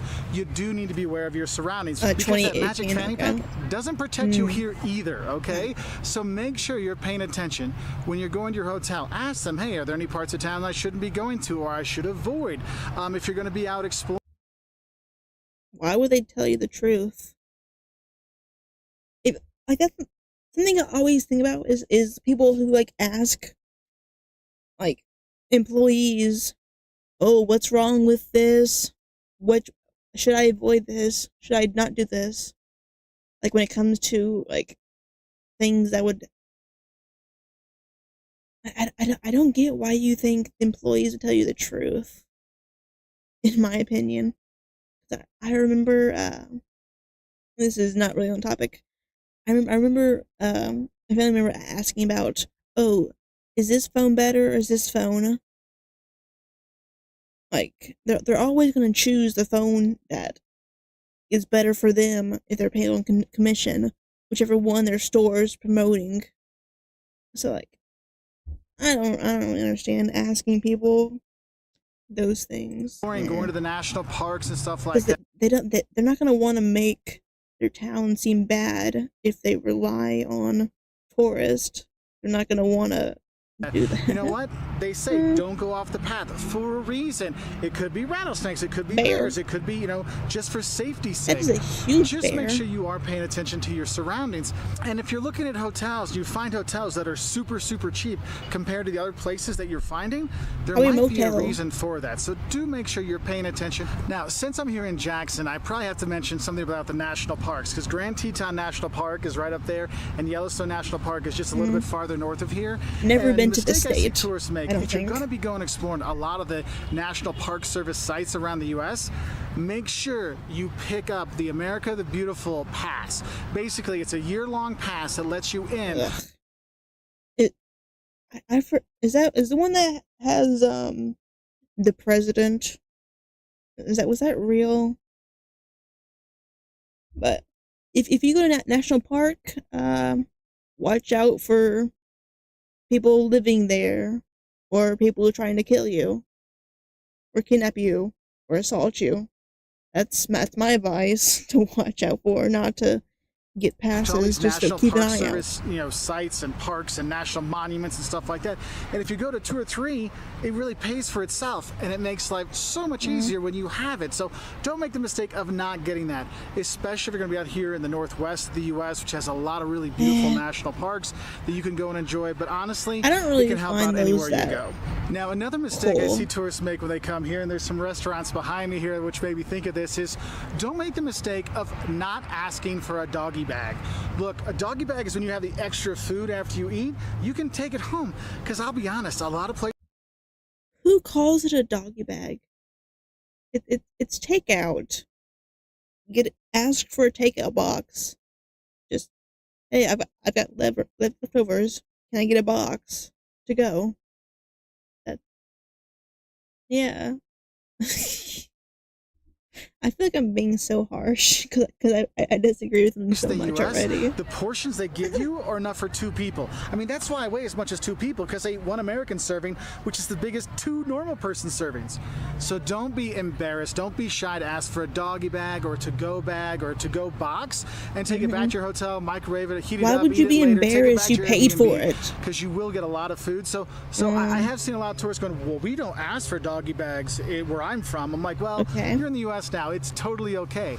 And some of those places might actually throw in you some more bread rolls or something like that as well. So why not get 2 meals Who gives paid you for? stuff when you... Well, just pay for 1 meal, but actually get 2 out of it, okay? Now, another mistake I see tourists make, it's when it comes to driving. And I know in my don'ts videos and shocks video, I talk about the distances, so I'm not going to talk about that. What I am going to talk about are the little driving nuances in the U.S. that sometimes travelers don't notice or don't know. One thing you'll see is in some places, not everywhere, like in New York you can't do this, or New York City you can't do this, but turning right on a red. In a lot of places in the U.S., you actually can turn right on red. If there's no traffic coming and if it's safe, you can go. It's almost like a yield when you're taking a right turn. Now, it's not everywhere, so you do need to have a heads up for that. And some places will have a special sign saying, no right turn on red. Right. But that is some things that sometimes you might be sitting there waiting to turn red, and people might honk at you, and you're like, what? The light's red. That could be one of the reasons why. Also, another thing, left lane driving. Look, if you're on the highways, if you're slower, you stay to the right, you pass in the left lane. I know this is how it is in a lot of countries, but it seems like when people travel, they forget that. Now, another mistake I have for you here in Jackson is don't make the mistake of believing all the stereotypes you hear about the U.S., okay? I know you think... I've never really tried tourist food, so I don't know how the sizes differ. I just know, like, I guess I've been to one touristy restaurant, and I did not eat the food because it sucked so much. So the tourist food is not as good as the real stuff. Don't make the mistake of believing all the stereotypes you hear about the U.S. Maybe okay? do. I know you think everyone in the U.S. eats a pound of bacon for breakfast and then goes shoots their gun in the afternoon. I mean, that's not the pretty case. accurate. I mean, it's not everybody from California is a surfer dude, and everybody that's from the Southeast is a redneck, and everybody from New England is so prim and proper, and the Midwesterners are all shucksy. Yes, there's a lot of stereotypes out there about the U.S. And one of the things I always tell people, go travel and meet the people on your own, because it doesn't matter if you're in the Pacific Northwest or the Southeast, the Northeast, the Midwest, or wherever in the U.S. Americans are actually super friendly people. And they're going to want to help you. They're going to want you to go see these things. They're going to want you to know more about their country and see more of their region. And this is 2020. This is 2020. This is so fun to look at in 2016. I don't think I've ever caught a fish and kept it. I used to do a lot of fishing when I was younger, and we always just caught and released.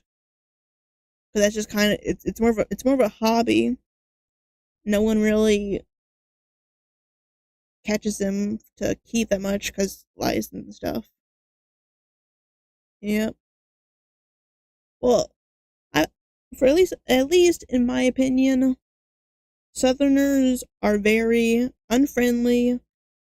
They are very conservative, Christian, very unhappy seeing foreigners. And especially in the year 2026, people are not very happy seeing people come to our country. So, I would say that these stereotypes, at least for the South, I can't speak for anywhere else, are getting truer and truer by the day. So, that's my own opinion on that matter.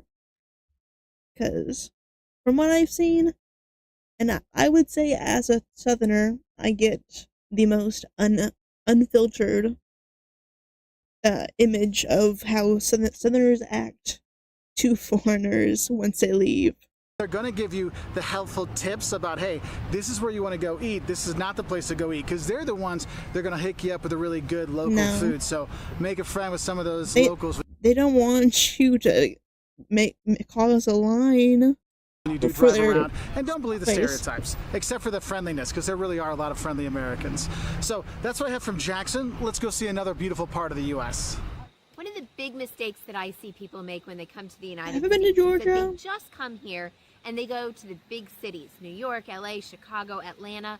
That is the correct way. That is, in my opinion, the best way. Because, like, the smaller cities, unless you're moving here, there's not much, there's no real reason to go there. Like, there's no reason to go to, like, some small town just to experience the culture. If you want to see big cities, go to, like, Houston, LA, go to Houston and LA, you'll still get the American experience and probably a better experience, if we're being real. You'll probably get a better experience than if you go to, like, random rural towns. Cities with a whole lot to offer you, but nearby those big cities are smaller towns. Yeah. If you're not checking those. Jacksonville, Florida. Oof. Yeah, small towns are not built for foreigners. Not recommended as someone who is in a small town. They would not. They hate to see foreigners move here, travel here. Yeah. It makes no sense. If you go to a big city, you will probably get a better experience of the state and the country. Small towns are small for a reason. There's not shit to do.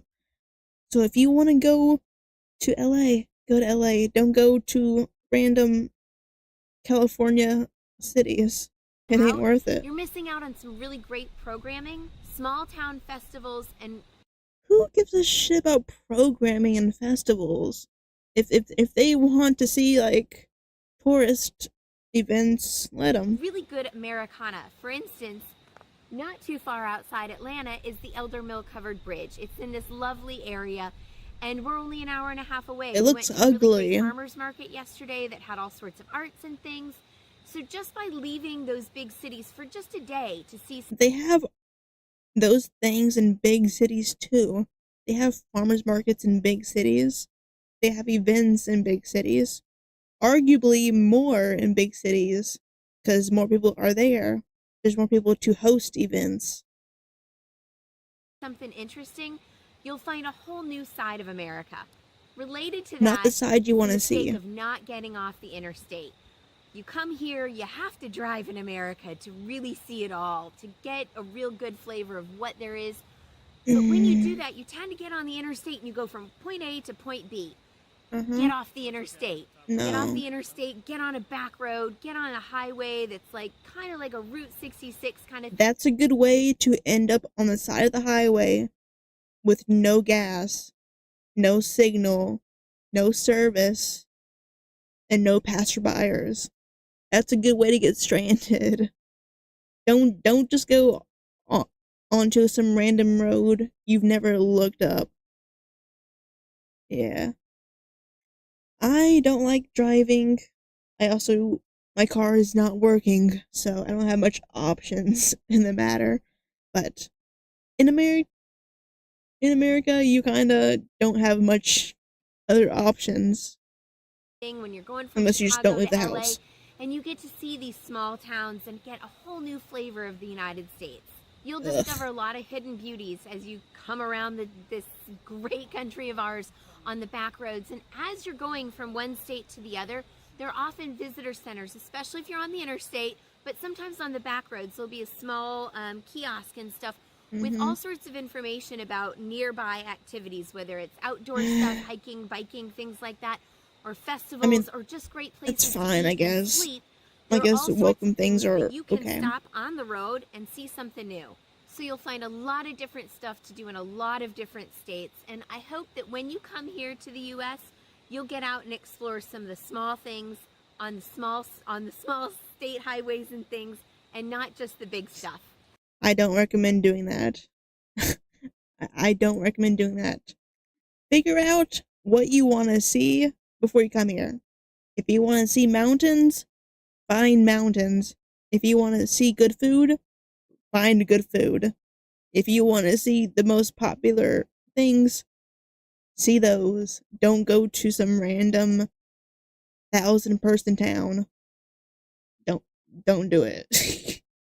But YouTube, until next time, bye-bye. If you like my very southern opinions, make sure to like, comment, and subscribe down below. Subscribe, like, and comment down below.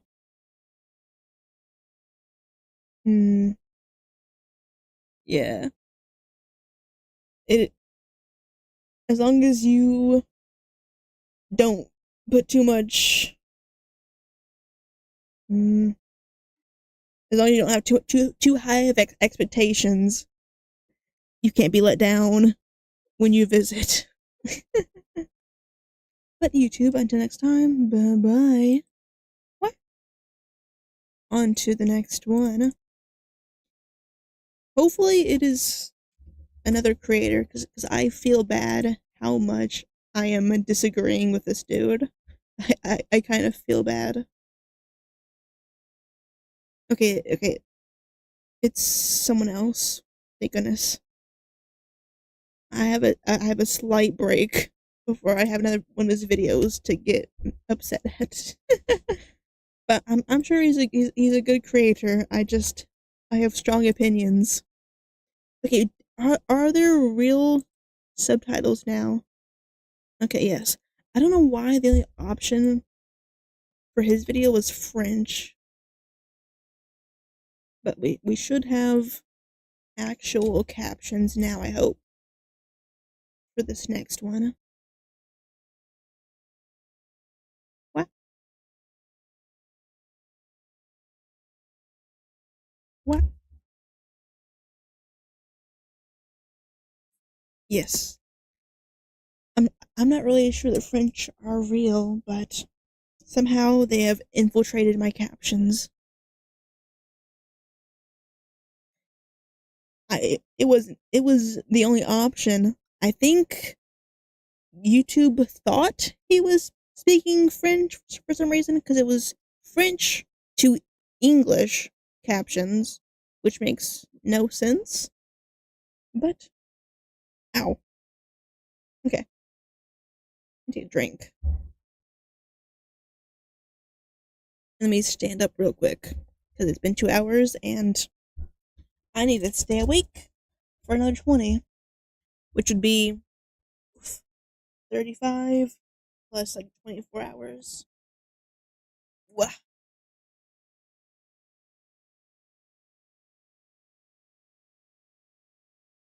Damn. I am only really good at English. I took Spanish in high school, and I got a better grade in Spanish than in English, but I don't remember anything. And I took Japanese 2 years ago. I've kind of forgotten most of that. So I need to relearn Japanese before I go on my own traveling. But let's do the intro. Okay.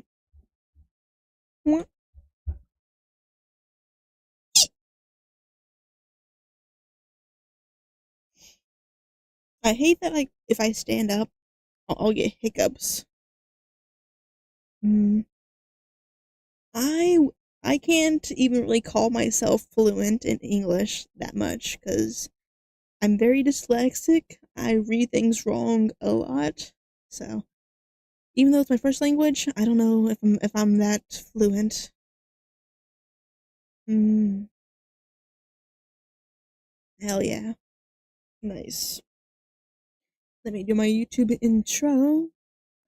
Hello, pumpkins. Hello, pumpkins. Hello, YouTube. My name is Mistic, and today we are going to learn about 25 common misconceptions about the United States that simply aren't true. Now, I'm not quite sure when this video was, so maybe some of these will be true now, coming from an American Southerner born and raised. Let's see how true these things are, or aren't true. Let me see what year this is from. That has been a big deciding factor.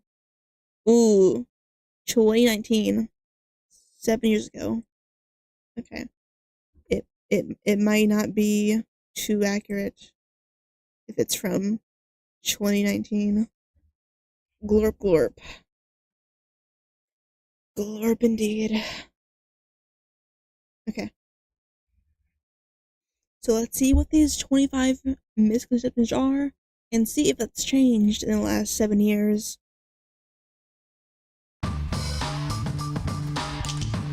Hell yeah. List 25. The United States often draws a lot of flack from the rest of the world for good reasons. Everything. From Fair its enough. foreign policy to the way it runs its domestic affairs. In fact, it seems like there are few things that can divide the world more evenly and more strongly than asking people what their opinion is of the United States. It sucks. Everyone has an opinion. Even in the same city, you'll meet people who fall on the extreme sides of the spectrum. But what is it exactly that causes... Try and guess which extreme side I'm on. I'm sure that'll be a really tough thing to figure out. It totally isn't obvious at all. Causes America to be so messed up. Even America's own politicians can't seem to stop talking about how messed up things are. Well, today we're going to take a deeper look. Are things really as bad as everyone seems to think they are? Yes. I'm Mike with this 25, and these are 25 common misconceptions about the United States that simply aren't true. And as a very important note, this list was produced by both a United States citizen and 2 European citizens that relocated to the United States. It's Okay, written to be so we're as fair as outnumbered. possible. We're outnumbered then. No, I'm not 2 Europeans. Or am I? No, you're not. All right, let's begin with a really common thought. Americans are ignorant about the world. Yes. Americans are held to an unrealistic standard. Since the rest of the world watch our movies and listen to our music, they know a lot about our country. But let's be honest, they never studied it. People actually complain that Americans don't even know that Czechoslovakia doesn't exist anymore. But neither does half the United Kingdom, and they're on the same continent. It turns out that all of us are pretty bad at geography. You'd think America would be better at it, however, considering another common thought is that America spends its days spying on everyone. And that's They true. do. But Yeah. who doesn't? Germany, France, Switzerland, Japan, Iceland, and all the rest of us spy on each other and ourselves. Moving on, America has been called racist. Yes. Please don't take this the wrong way. Racism definitely exists, and it makes the news. But you know what else?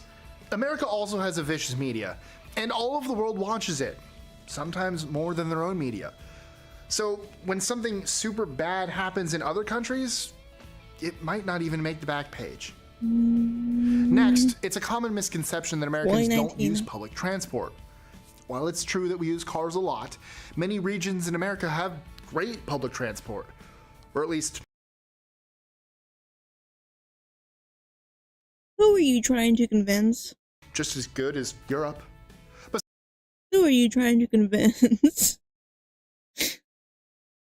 The only people who use buses in the US that aren't like in the main cities are either kids going to school or homeless people at night. That's really the only people that use public transport. Besides, what good is a train if nobody can afford it?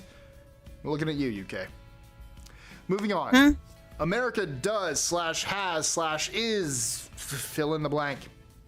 America is far from being a unified entity. Each state has its own laws, cultures, and quirks. Some states have the death penalty. Some don't. Good. Some have strict gun laws, and some don't. Some have free college. Some don't. Some have tax, and What state has free college? What? yeah, some don't. So just like you can't say Europe is so-and-so, you can't say the same about the US. But Europe is not one country. It's multiple countries.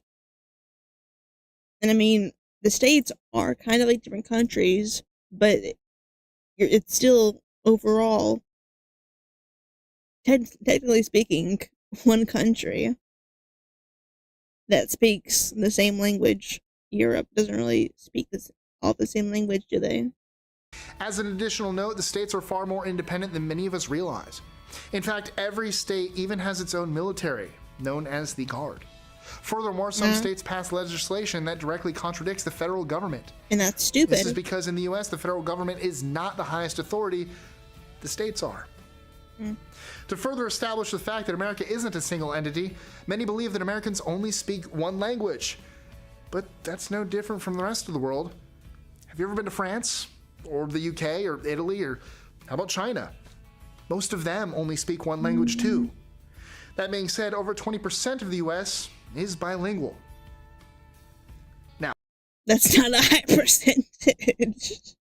That's that's a minority. What do you mean? And also, is that 20%? Who's included in 20%? Is it people who moved here? Because no shit, they're going to be bilingual. Who's included in that 20%? Oh yeah, 20%. Big number. Big number. Okay, sure. Let's talk about the military, because people outside the U.S. will preach that America's military does, again, fill A in the shit blank. job. Nobody is naive enough to think that the U.S. doesn't have selfish interests in mind. 2019 was a different place. Ask any, like, MAGA conservative. U.S. has the purest of intentions and is totally fighting for our right to freedom that no one is trying to take away from us except our own state and our own country. No other country is trying to do that. Except maybe Israel. Maybe they are. When it invades a country. There isn't a nation on earth that would do that selflessly. But whenever the bad goes down, it's just as common for other countries to complain that America should do something. On a more or less lighter note, Americans are fat. Statistically, yes. You ever been to the UK lately? No. There are even scandals because obese patients are getting turned down for surgery. Yes, America does have an obesity problem, but not all citizens are involved in it. I am. A big part of the United States is fairly health conscious and is consistently working to help the overweight population better their lives. Thanks, healthy people. Give me And while we aren't perfect, percentages. many complain Give me that 20%. America is worse than other developed nations in, Yes. well, everything. Yes. There are many statistics, child mortality, literacy, etc., where the U.S. falls behind. The only thing we're good at is our war and I don't know, army. Same difference. Countries like Norway and Iceland. But those statistics are based on averages. In Norway, most of the 5 million inhabitants are rich, white, and Norwegian. If you took a similar sample of rich, white Americans in the US, you would find that the statistics are almost exactly the same. The fact is that the US is hugely diverse, and the American experience is completely different with and without money. Translation? The problem isn't healthcare or education, Yes, it's economic inequality, almost exclusively. That is also a And speaking of inequality, many make the healthcare, simple but powerful education assumption that issue. America just isn't safe. This is usually what foreign citizens say until they actually come here. By the 'Cause same then they get logic, shot Paris, Brussels, when London, they get Madrid, here. and almost every other city in Europe is unsafe as well. Yes, there are guns. Only, I mean, they have stabbings and like pickpocketings.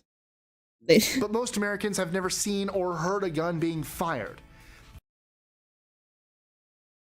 come to the South where people just shoot guns off randomly to keep their houses, their house values reasonable. What are you talking about? Americans have never seen or heard a gun being fired? I hear one in my backyard when my roommates shoot them. What? What? In fact, most Swiss citizens are much more familiar with gunfire than us Americans. All this being said so far, people still expect all Americans to relish in a life of our stereotypes. Guns, fast food, and freedom! Hell What yeah, I'm saying brother. is a lot of the world looks at America as overly patriotic. But here's an honest question. Have you ever met a Russian, Australian, a proud No. member of the UK? No. There's no shame in having pride in your country. Well, Us Americans are definitely patriotic. thinking your country is the best in the world and that other countries are inferior is probably pretty shameful.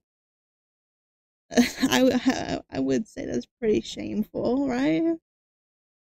I don't really see a reason to be proud of this country. So is the rest of the world. As they should be. No. It's not a crime to be proud of where you came from. Eh, But that doesn't stop others from thinking we only complain and boast about America whenever we travel abroad. This is largely anecdotal. In America, Americans like to complain just like the rest of us.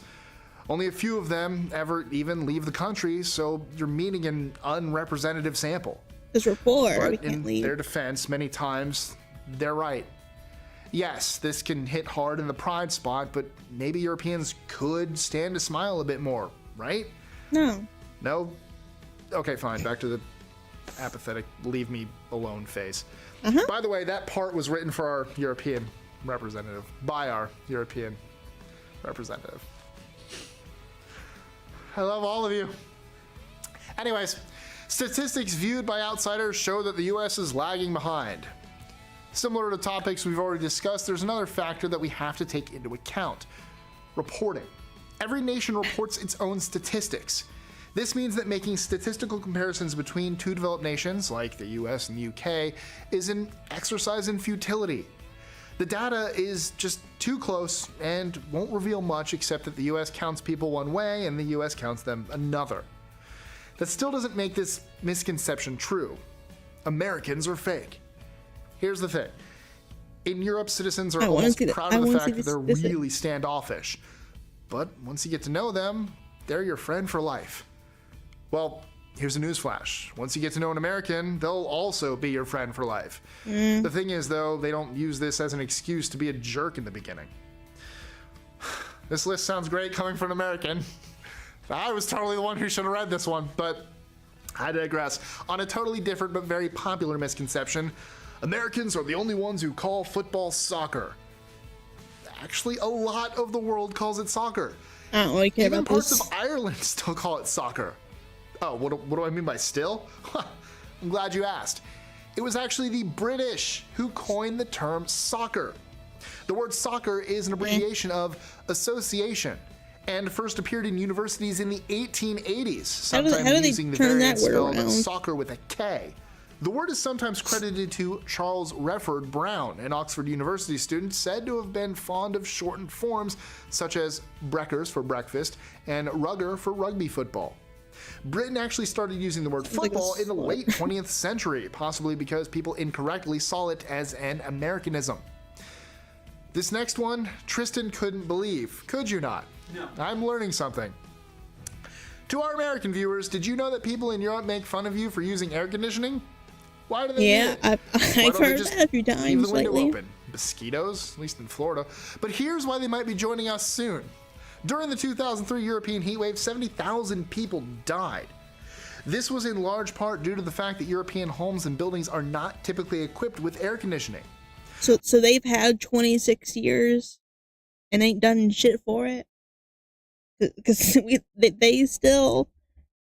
I still see those issues on Twitter. 23 years later, they ain't changed nothing? Well, develop, like, cheaper versions. I don't know. But, like, if you've had, like, huge events, maybe look into how to keep those from happening. I say as an American with amazing high school events. While they laugh at the Americans for this, hotter summers are going to force them to take appropriate measures. Clearly Especially not. since children and the elderly are very susceptible. Clearly Again, I not. stand by mosquitoes. I'm not opening my window in the summer. Or Window- wasps. Absolutely. Open windows. Or also people calling again. Moving into the top 9, that's the weird number. Top 9. Many parts of the world accuse the United States of accounting for 25% of the world's carbon emissions. Not so nice. But it also accounts for 25% of the world's economic activity. The truth is that several nations, including countries like Canada, have higher per capita emissions than the US. Next, let's talk about how the world thinks Americans are ruining English. Actually, both British English and American English have diverged from a common 16th century ancestral standard, and in some ways, American English is closer to the original than British English. Who cares? For example, American English has, for the most part, retained the language's rotosity, pronunciation of the R in words like hard, while British has, for the most part, dropped it. Furthermore, this shift in British English happened around the time of the American Revolution, when wealthier Londoners wanted to distinguish themselves from the lower classes. This is only one example, but it goes to show that British English is not an unchanging standard any more than American English. On a totally different note, did you know that Americans don't all live in the suburbs? Nope, not true. The fact is that in America, you have plenty of people that live in cities like New York, Washington, D.C., San Francisco, Chicago, Boston, and the list goes on. In fact, several regions of the United States... No shit. People live in cities. Yeah, that's how cities become cities. Who knew? Who knew people lived in cities? Why am I a hater? Why am I? See, this is the Southern in me coming out. Southerners are bitches. States are We are very rude. European, like the Northeast Corridor, for example. The what? The difference between the U.S. and Europe is that if you want to live in the suburbs in the U.S., you can, but you don't have to. Now, this next one is just offensive. Americans are all dumb rednecks. I mean, Well, there are Southerners certainly are. Americans who fit this stereotype. The vast majority... Hell yeah, brother. I can think of a few who fit that stereotype. Mainly in the South. don't. Most Americans live in cities near the coasts. Most of them are educated, and most of them are not very different from Europeans in any Southern. significant way. Every country has a less educated populace that they themselves make fun of. Even sophisticated nations like Sweden and Switzerland. Fair warning, the last 5 on our list get a bit dark and crazy, starting with the idea that America is imperialistic. In many parts of Europe, the United States is seen as an aggressive imperial power, even more so than Russia and China. This is largely because our military presence both in Europe and everywhere else. But in our strong defense, Americans never forced you to watch our movies, quarter our soldiers, obey our laws, or get permission to leave your own countries. It was the Russians that did that, and much, much more. Food for thought, after World War II, the Americans liberated and left. The Russians liberated and stayed. All right, number 4 is sure to be a shocker to a lot of foreigners. What are we getting at with that? Americans don't actually all walk around with guns. It's just not true. Except In the South, they do. In the South, people open carry. My grandpa gets so mad when he can't open carry somewhere. Yeah, it sounds a little interesting.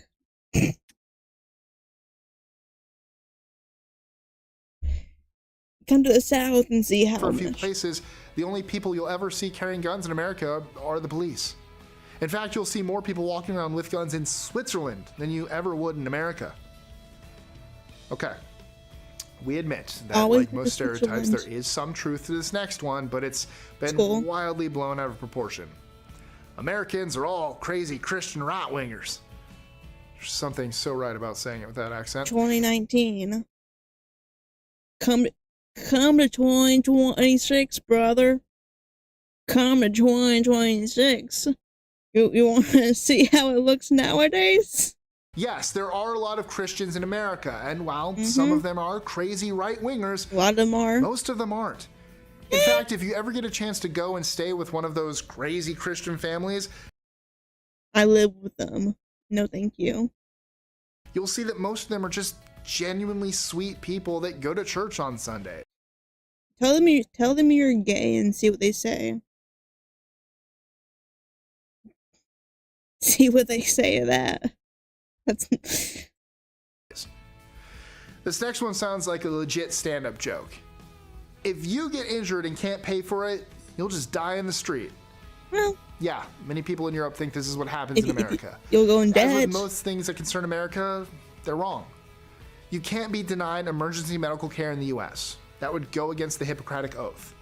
Yeah, but you'll go in debt, and then you can't afford anything, and then you'll die because you can't afford life after going in debt. If The you don't have difference is insurance. that you get a bill in the mail a few months later. And then Of you course, can't debt afford is another anything. issue, but let's get into that right now. Because also, a lot of Americans, me included, don't go to any kind of ER because we can't afford it. So that's definitely one factor. Because I have like insanely chipped in half molar that kills my jaw, but I can't afford to get it fixed, so who cares? I've got a knee that hurts to move in any way at all, but I can't go to the doctor for that because I don't have insurance. Yeah. I would rather wait than just not go at all. Cause I haven't gone to the doctor in like the last time I went to the doctor is when they literally forced me to, because they were going to take me to a psych ward, but they didn't. So yippee! Otherwise, I would have just avoided it had I known. But we avoid health care like the plague because we can't afford it. So we end up in worse situations because we can't afford it. Americans are all in debt. Yes. Actually, European citizens carry more debt than Americans. I want The to see average that household debt nowadays. in the US, OECD, is 113% of the household's income. What is In that the UK, now? It's 156%. What is Sweden, it now? 173. And in Denmark, it's a whopping 305%. So, what are some misconceptions about the US that you'd like cleared up? Or do you live in America and want to put a stereotype to rest? Let us know in the comments below, or tweet your answer to us at List25. Twitter.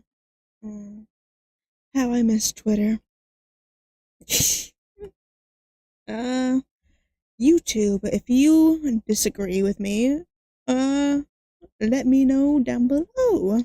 And if you like what I said, maybe subscribe, like, comment, check out my other videos.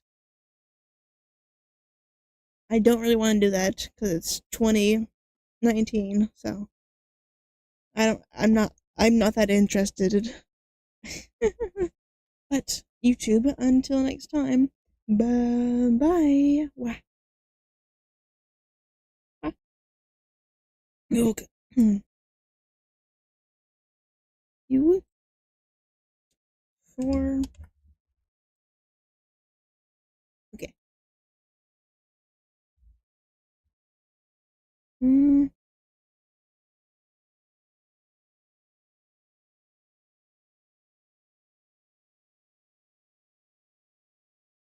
Okay. What is the next one?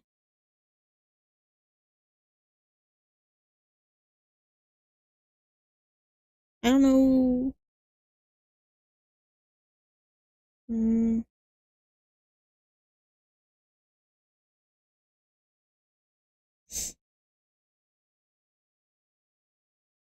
I don't think I care to watch this one. I think let me move that one down. I need a minute before I go back to that creator. So instead, hello. I'm gonna go to this video that I didn't really include in the list because it's not technically America, and a video about America, but it is probably a very American thing. Do I have captions on? Yes. Plus, it'll get me away from being negative for a little bit, maybe. Which is Super Size Me. A documentary I've never seen. So I don't know. I've heard people say this thing was traumatizing or something. I've never seen it. But it's time I finally learn about this documentary, I guess. This is my eye. Okay. What's up, YouTube? My name is Mystic, and welcome back to Mystic Reacts. Today I am watching a video about the documentary Super Size Me. Something I've heard so much about, but something I've never seen. Is this traumatic?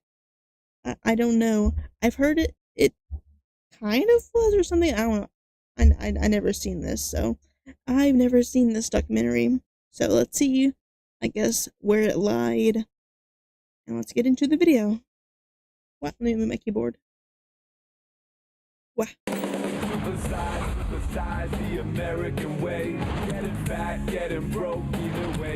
Why is it catchy? What happens when a man eats nothing but McDonald's for 30 days? In 2004, Morgan Spurlock set out to find out and filmed his body breaking down in real time. I'm getting this really weird feeling right in my midsection, like basically in my penis right now. It's just like this. It's really freaky. The message? In your dick? Fast food is toxic, obesity is rising, and the fast food industry is to blame. It terrified parents, changed school menus, and made millions fear McDonald's. But not everyone bought it. In the years that followed, a wave of response documentaries emerged. Some lost weight eating McDonald's. Others proved his math didn't add up. Super Size Me was an amusing documentary, but it was full of baloney. And behind the scenes, the filmmaker was hiding a What secret. why is Ronald experiment like that? even more questionable? This is the overlooked story of Super Size Me, and how one viral stunt shaped the way we eat, think, and fear food. Okay. I mean, I don't fear food. It's tasty. New research finds childhood obesity rates are getting worse. The country is facing a dangerous weight problem. People were looking for the root cause, and the finger was pointed to the rapidly expanding fast food industry. Marketing toward children right now is having And such a huge sugar. impact. It's conditioning children to want soda, to want fries. With McDonald's aggressively marketing to children, they became the perfect target. One father even tried to sue them, claiming he thought the food was healthy and that it was McDonald's fault that his daughters became obese. Why would you think Lawyers it was argued healthy? that if they could prove McDonald's intended people to eat their food for every meal and that it was harmful, they might have a case. Watching it all unfold was Morgan Spurlock, a broke, unknown filmmaker, and he saw an opportunity. And I turned to my vegan girlfriend on the couch and I told her, I said, I got a great idea for a movie. Absolute crazy the main demon facial in hair. America was obesity, was the obesity epidemic. Spurlock set out to take the fast food giants head on. The goal? To demonstrate the harmful effects fast food can have on the body.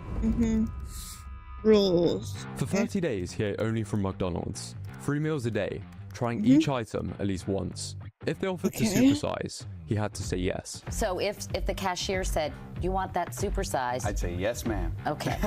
Even the What is supersized? Is that beyond large? I've never heard of a size called supersized. Or do you mean like sized up? Like, oh, the large is $2. So it's cheaper. Is that what water it he would is? drink had to be from McDonald's. Because I didn't want to have anything that could taint the experiment, you know. So He stopped exercising and aimed to keep his steps below 5,000 a day to mimic the average American, investing $65,000 of his own money, hoping the film would be shocking enough to turn a profit. every 8-year-old's dream right now that I'm getting ready to fulfill. Spurlock was extensive with his medical checks. We're gonna do a rectal exam. He was assessed by 4 different professionals who would monitor the experiment.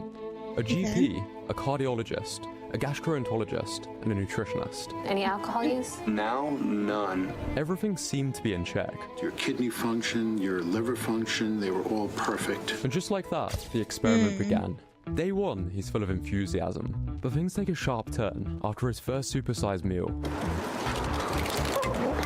Quite a dramatic start. My body early on was saying, don't do it, man. After just 5 days, Dramatic he's already much? gained nearly 10 pounds. His nutritionist warned he was eating double what anyone would consider normal. But Spurlock pushes on through the penile issues, lethargy, and headaches, opting for massive portion sizes. But does the average American do that? Tied to Probably serious not. health risks. He set out to prove the damage firsthand. Because if The you spotlight eat more and more, turned no to how shit. little that the public really understood about basic nutrition. What's a calorie? Oh, Jesus. That's a good question. Highlighting how kids are more likely to recognize Ronald McDonald than Jesus. By day 14, Good. he developed signs of addiction to the food. Who cares? And his nutritionist expresses concern Wow. over saturated fats Holy and sodium shit. levels. I think the How saturated demonic. fats are starting to impede the blood flow to his penis. What? His diet is deficient in most Oh, micronutrients, pancakes. and his health was suffering more than most doctors could comprehend. If somebody were doing this to their liver with alcohol, they could theoretically wipe out the liver. I've never heard of anybody doing this to their liver with a high-fat diet.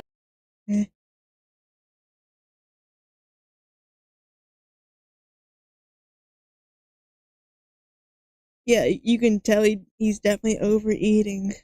And he said he's not drinking anymore.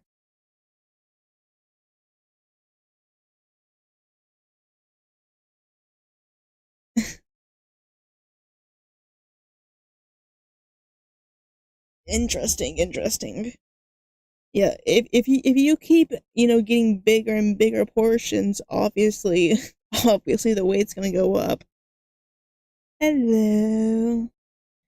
Yeah, I can tell this is gonna be a little biased. Theoretically wipe From out the him. liver. I've never heard of anybody doing this to their liver with a high-fat diet. By the third, I wonder if the big $65 goes to paying the doctors.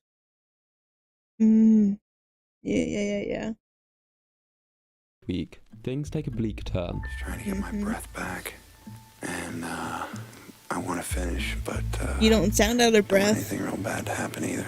That You edit don't wasn't sound me, out of but breath. don't worry, he didn't die. He was just being dramatic. Although Yeah, I his can blood tell. tests were showing significant signs of liver damage. The results for your liver are obscene beyond anything I would have thought. I mean, by day 21, it was very scary. I had 3 different doctors. My liver at this point had so filled with fat that one doctor compared it to pate. Spurlock was starting to feel the mental pate? consequences too. I got massively depressed. By the final week, his doctors were begging him to stop. With his I mean, health spiraling, if you ate the same thing and increase your portions, yeah, no shit, you're gonna feel sad when you have to eat that. Ugh. Yeah, obviously, if you're forcing yourself to eat the same thing every day and bigger portions, yeah, how would you not feel depressed? how would you not feel sad about that? even his girlfriend stepped in, designing a recovery plan to try and undo the damage. I've got Morgan's those detox Sundays. diet all ready to go, making sure that I'm getting as many cleansing vegetables into his diet as possible. Because Spurlock's final results after his fast food binge were shocking. Okay. He gained 24.5 pounds. His LDL cholesterol had shot up. He felt emotionally numb, lethargic. His body don't look too but different. most concerning was the state of his liver. You know, we see people who go on an His alcohol body looks the binge and their same. numbers go up like crazy. But to go on, I have a no Mac attack, clue. they've got numbers to show that you're, I haven't- liver too. I'm not sure if someone's tried with Subway. I've not even seen the original Super Size Me. I'm just watching this for the first time, so I'm not sure. I wouldn't have even thought about this. But It took him over a year to lose the weight he had gained. A pretty compelling He documentary, wasn't trying very hard right? then. The media seemed to think so. Spurlock won Best Director Yeah. at the Sundance Film Festival and Best Documentary Screenplay at the Writers Guild of America. Oh. People rushed to view the documentary in theaters, earning over $11 million at box office, and eventually $22 million worldwide. Shoof. The piece would go on to be shown in I schools would lie for across that the much world too. to help educate on the dangers of fast food. I, for one, have seen Spurlock getting probed way too many times. But overall, everyone Like seemed in to your love free it, time you chose except that? those at McDonald's. McDonald's didn't really want to talk to me. Yeah. Yeah, no shit. It was a complete disservice to anyone looking for factual information or real solutions. The company called the documentary a supersized distortion of the quality of choice and variety available at McDonald's. The film is about Spurlock's decision to act irresponsibly by eating 5,000 calories a day. However, the response in America was mostly quiet.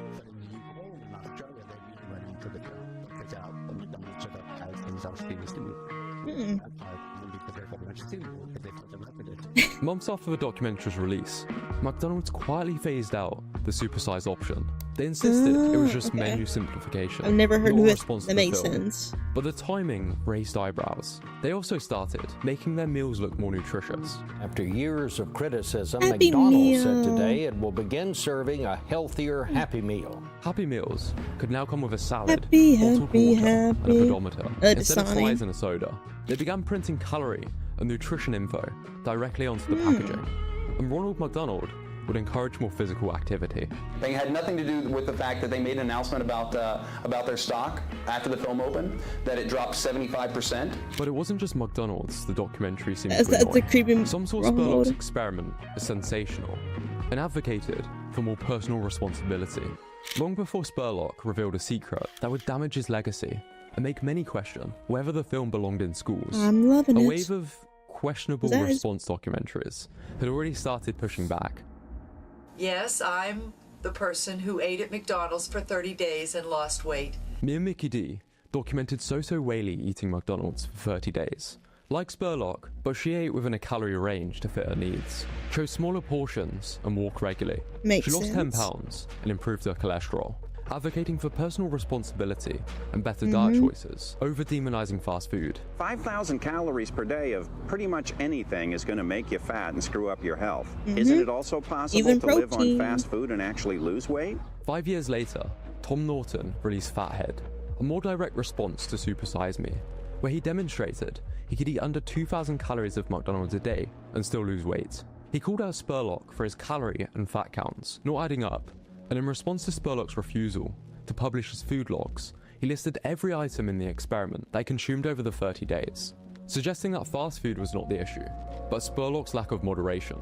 To really drive the sentiment home, a high school science teacher decided to attempt something more extreme. We are going to test the hypothesis. Is it possible for a person to eat nothing but breakfast, lunch, and dinner at McDonald's for 90 straight days to become healthy? He ended up losing 60 pounds. I like to tell people that it's not the venue, but it's the menu. McDonald's liked the message, so they publicly signed him as a media ambassador. This would see him traveling to schools to spread the message. There's nothing wrong with McDonald's. He even wrote a book, My McDonald's Diet. I can eat any food at McDonald's They that must I have want, loved as this long as I'm promo. smart with the rest of the day of what I balance it out with. It's choice. It's our choices that make us fat, not McDonald's. A more scientific study was carried out in Little bit Sweden both. to test Spurlock's conclusions. Dr. Friedrich Nystrom had medical students eat around 6,000 calories a day from fast food for 4 weeks while limiting exercise. Participants gained weight and showed mild liver stress, Yeah, but no their shit. mood and cholesterol stayed stable. The researchers concluded that while fast food overeating has consequences, the dramatic effects in Super Size Me may have been exaggerated or influenced by other factors that Spurlock was perhaps hiding. It's almost a trend at this point for people to demonstrate they can lose weight while eating McDonald's, but it almost misses the point. Because I was eating so small, I was always hungry by the time the next mealtime rolled around. The issue with fast food is it's often not very nutritious, while being perfectly engineered to be as tasty and easy to overconsume as possible. I Losing love weight the on nuggets. McDonald's is a lot more difficult than with Whole Foods, because it's a lot less filling, but these people I'm were able to loving it. persevere in the short term, perhaps for the sheer spectacle. If you were to order like a normal person, 3 meals a day, you might end up with a McGriddle meal for breakfast, a Big Mac meal for lunch, and a quarter pounder meal for dinner. This is over 3,000 calories, and it's a lot less filling than the Whole Foods equivalent. A Big Mac isn't going to Those instantly McGriddles are kill you, good, though. but it's also not ideal for weight loss or health. A middle ground that every documentary skimmed over, but I wish I understood as a kid. Because even with good intentions, Super Size Me and its follow-ups had some unintended consequences. The film didn't just demonize McDonald's, it helped fuel a wave of fear-based I love the self-misinformation, chicken where foods were labeled as either good or bad, with no room for nuance, setting a precedent It's for not the emotive McChicken, fear-mongering it's over the scientific balance. McCrispy. I love the McCrispy. Today, we see a lot of fitness documentaries and influencers taking this route. This drink right here, Gatorade. See, it's bullshit. Is Ugh. extremely toxic and poisonous for your child's brain. Breakfast is one of the biggest scams in the history of the I world. hate It these kind usually of leads to one of two people. outcomes. The first, I can speak for myself, because as a kid, I cut out every food labelled as unclean by the fitness world. And I ended just up kind of cut out underweight and every dealing with food health as a issues kid. from malnourishment. That's the danger of black and white thinking. It doesn't improve your diet, it just makes you feel guilty for eating. Ironically, I'd have been healthier if I'd have just eaten the chicken nugget. The second outcome? People stop taking the message seriously. When fear replaces science, decisions get worse. Just like how McDonald's warning people not to watch their documentary only made it more popular. People saw through the claims that McDonald's would make you impotent and depressed, because when a message pushes too far, people tune out. Did you not see Super Size Me? Yeah, it just made me really want a Big Mac. Similarly to the massively ineffective anti-drug campaigns in the 80s, This is your brain on drug. Ooh, tasty. Any questions? I want to eat it. Super Size Me oversimplified obesity, blaming fast food while downplaying personal responsibility. It missed a chance to teach real skills like calorie awareness, portion control, and basic food literacy. What helped me improve my health was choosing to eat healthier, yes, but also incorporating more flexibility and making sure I actually enjoyed my diet. Realistic and sensible advice. That's why many health professionals argue this documentary has no place in schools. But schools didn't take this seriously until years later, when in 2017, Morgan Spurlock posted a confession that finally explained why his McDonald's experiment shocked his doctors so. So, what age were they showing it to? Like middle schoolers, high schoolers? Because I must have missed that day. I mean, I missed most days in school. I never saw this, so. But I did have my own issues with food back then anyways, so I don't think that would have helped me very much. Deeply. Anyways. He admitted to struggling with alcoholism, revealing he hadn't been sober more than a week And in 30 years. I probably should have seen it. This wasn't mentioned in the documentary, not once, and yet it could explain a lot. The liver damage that shocked his doctors, the mood swings, the fatigue, even the issues downstairs. As one commenter said, it was really brave of him to prove to us that eating 6 years of McDonald's while being an alcoholic was detrimental to your health. That big, deliberate omission matters. If this was a YouTube video framed as entertainment, maybe it wouldn't have been as bad. But it wasn't. It was presented as science, it was shown in classrooms, and it helped create a generation of black and white thinking around food, where meals were either clean or toxic. Super Size Me was an Oscar-nominated, entertaining film that started global conversations about fast food, health, and corporate power. Spurlock was an entertaining storyteller who left a lasting impact, but by prioritizing shock over substance and deliberately leaving out crucial details, the film crossed the line from documentary to distortion. I've made videos where I've slipped up too, which is why reflection matters, because Super Size Me didn't just expose the fast food industry, it exposed how easily documentaries can lie. Okay. YouTube. Let me, if you saw this in school, let me know how it affected you. Because I personally never saw this. But, oh no. I never saw this at all. But I think it's better that I didn't. Especially in middle school. But, yeah. Comment down below how it affected you. And, if you haven't already, like, comment, and subscribe. Yeah. Until next time, bye-bye.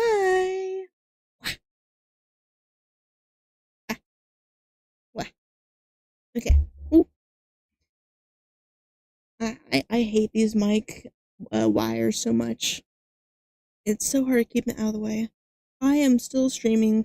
I'm just doing recordings, intros and outros. 5. What? Because I edit these into videos to post. What?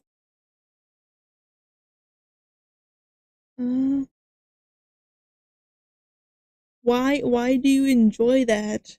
It sounds bad, and it's loud.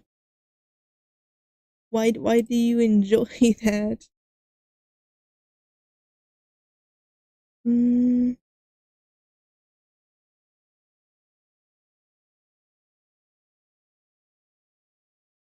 Okay, we're back to the dude again.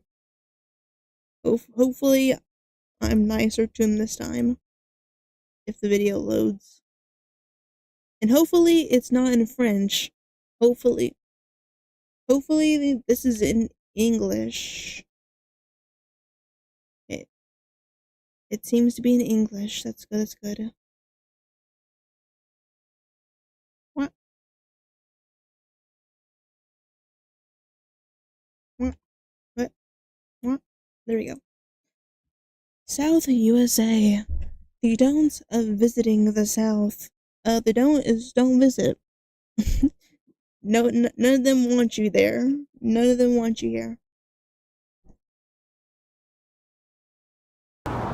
Okay. What's up, YouTube? My name is Mistic, and welcome back to Mistic Reacts. Today, we're watching a video by... I don't know his name. Today, we're watching some more videos on the... Today, we're watching some more videos on the South. The don'ts of visiting the South. If I had a don't, I would say don't visit, because I can guarantee almost none of them want you to visit. So, maybe don't visit. But let's get into it and see what the don'ts are. As a Southerner myself, let's find out.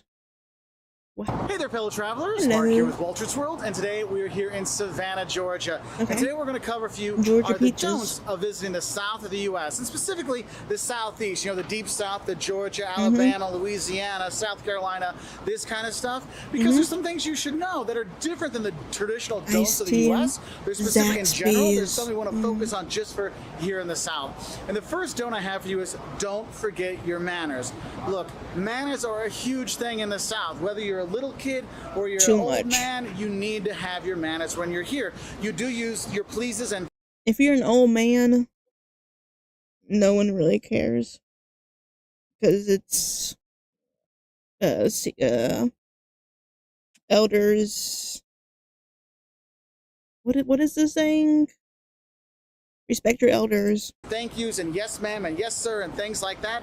That is not optional. That is how you speak when you're here. And you always show people respect, especially people that are older than you, okay? So you will be holding the door for people and things like that. If someone says bless your heart, they're probably insulting you.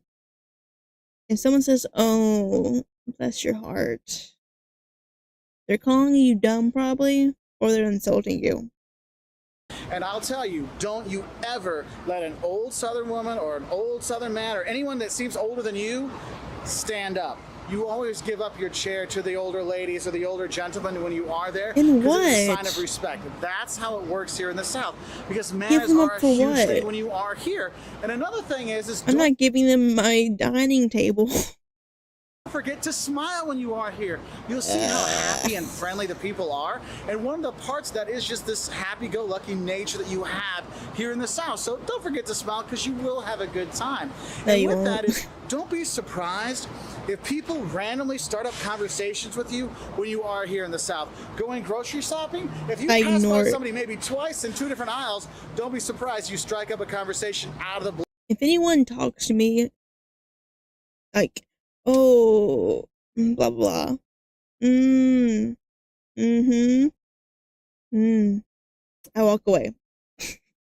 That's how I avoid conversation. On the next out, it is a completely normal thing here, because the Southerners are super friendly. I know, we were at a restaurant here in town a couple days ago. My credit card fell through the crack in the floor, like it was like a deck kind of thing that they had built up. They pried up the floor to get my card out. I'm like, dude, I can call and cancel the card. It's okay. They're like, no, they want your money. What? They want your money. Are super friendly, so don't freak out about it. It's not fake. They are really that friendly and that helpful. So don't be scared to ask for help when you come here. That's another don't I have for you, because you're going to see towns like Savannah or Charleston. There's so much history here. You're not sure, what should I be looking at here? I mean, you have this picture. What should I look at? Well, you got the Cotton Exchange right there. Like, oh, there's a historic building. You got the fountains, and you got the Capitol building. You have these things. You're like, wow, it is kind of a cool thing to check out, but you want to know more. And the Southerners do have a lot of pride in their hometowns, in their home states and stuff like that, that they will share that with you. So don't be afraid to ask, hey, we're the best biscuits in town. We're going to get the best, you know, the strongest drinks in town. They will be friendly and they will help you out. One of the things is, when you do talk to the Southerners, you might notice that sometimes they're an accent. And what I will say is, don't think that accent makes them stupid, okay? Just because someone has an accent. The accent doesn't make them stupid. It's other things make them stupid. Doesn't make them like not know something or be less intelligent or whatever. And you have this stereotype that TV and radio and movies really kind of promote is, oh, if you got an accent, you must be some kind of hillbilly. Do not think that the Southerners are hillbillies. Don't think their accent makes them stupid. It's not the case. You can have some great conversations with people when you are here, and they'll know more than you actually think they do. And so I want to give you a heads up on that. And another don't I have with you is when you are here and you do bring your kids, don't be surprised if your kids are acting up, if the locals will tell your kid, hey, straighten up, hey, get it together. You will see that crazy. Here. People do scold other people's kids when you're here in the South. And I know if you're in the North or you're in California, West Coast or something like that, and someone tells your kid, hey, watch it, kid, you're like, don't tell my kid what to do. I've had people do that to us before. And I'm like, oh, I'm sorry, your kid just kicked me. Am I supposed to let your kid, hit me or something? Here, that stuff doesn't fly. I just hate being around kids in general. Be prepared to have people call you out on that. Because remember, number one, manners, okay? And that goes from young to old. So make sure little Johnny or little Susie know that, hey, fuck up and doesn't scream please at a thank theater. You, and you don't make a mess, all right? So just a heads up on that one. Now, when they do call out your kids for the behavior, they're not judging you and judging your parental skills and stuff like that. What they kind of do here in the South is it's the old mantra, it takes a village to raise a child, and so the whole... That's not how they think. They think you're a bad parent. They will talk behind your back. Like, oh, I can't believe they let their son do that, their daughter do that. I can't believe they do that. They're going to grow up like this and this and this. Then they'll see how they like it and blah, blah, blah. They're judging you. They're judging you. Village is helping out raising the child, okay? So don't be offended by it. Because you know what? Be offended. It is hot when you're here, and that's my next don't is don't melt when you come to the South. Look, July and August, oppressive heat in pretty much the entire deep South. And in lots of places, oppressive humidity. Like you walk out, you're like, oh, I'm going to melt and die. Oh, help me God. You do have that when you are here. So if you're going to come, there's a reason why so many people winter in the South, because it's got nice weather in the winter. So come down here from October till April, and you're not going to have the insane heat. You're going to have nice weather and less humidity. But don't expect to not die of the heat and humidity if you do come in July and August. So I'll be honest with that. It can be pretty bad, okay? And I guess one of the other don'ts I'll have for you is if you're really hot and you want to get a drink and you go in, they might ask you, hey, what kind of Coke do you want? You're like, what? So my thing is, soda. Don't think that Coke just means Coke. Here, a lot of times what you'll see is they'll say, hey, what kind of... I've never... Don't think Coke just means Coca-Cola. That's what it means. What? I've never heard someone in the South say anything other than soda for the universal word. Coke means Coca-Cola, or an off-brand version of it. I've never heard Coke used. Yeah, I had to move it so you can see. Don't think Coke just means Coca-Cola. It mostly means Coca-Cola. Like Coke you want, they mean what kind of soda would you like? What kind of pop or sody pop or They don't say those words. Drink. It's just the word they use for they soda. They don't say those is words. Coke, okay? They say don't soda. Like, I don't drink Coke. Yeah, I know. We have lots of different Cokes, Sprite, Dr. Pepper, whatever. You do have that when you are here. Now, the last few years, I've definitely seen a drop off in the number of places where they do use Coke as the de facto word for soda or soda pop. So you might not see it too often, but occasionally you will. So I just want to give you that heads up. Soda. Is, if you're going to meet up with Southerners to have a drink, whether it's a Coke or a beer or whatever, is you got to realize is don't expect the Southerners to be on time. There's definitely a much... What? What? Me personally, I show up like an hour to 30 minutes early something. My family is pretty on time. Some of them are really bad time, and everyone in my family hates them for that. It's what? Southerners aren't like late to things. I mean, they're impatient. They'll get somewhere early and then want to be let in early. but we're not late. If there's a time, reasonable people will be there on time, unless they're bad at time. Huh? More laissez-faire attitude with time here in the South. And as what? Jocelyn will tell you, A look, what with this attitude? kind of humidity, how's my hair going to dry? You know, these kind of things. It takes a little bit more time. Or Jocelyn will tell me, hey, I've got to get my face on. Look, the thing is time is very relevant here. So if you're setting up a time, hey, let's meet at 8 o'clock. They might not be there till 8:30 or something like that, or later. Well, then set it up at 8:30. She's like, oh, we're on our way, and that means like I'm getting in the shower. I can't stand that. I can't stand people like that. I can't stand people who do that. I hate that so much. People who say they're on their way, but they're not, annoy me so much. Because I have to be the first person everywhere. I can't stand people waiting on me. But if someone makes me wait, I would rather not talk to them ever again if they made me wait like that. I would hate you if you did that to me. Okay, so the more time you spend here, you'll realize that, yeah, on time, not always a thing to expect to have here. Yes, it is. Going back to that drinky kind of thing, another thing you need to know is when you get tea here, don't think your tea is going to be unsweetened, okay?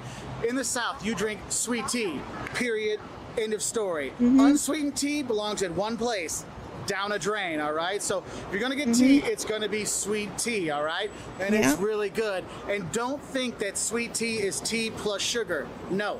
No, I mean, no. it For all my basically friends, you is. go to a restaurant in the north and you ask for sweet tea, they say, oh, I have sugar packets with the tea. You're like, no, that's not the same thing, all right? So, 'Cause you so boil don't it with expect it unsweetened and tea when stuff. you're here.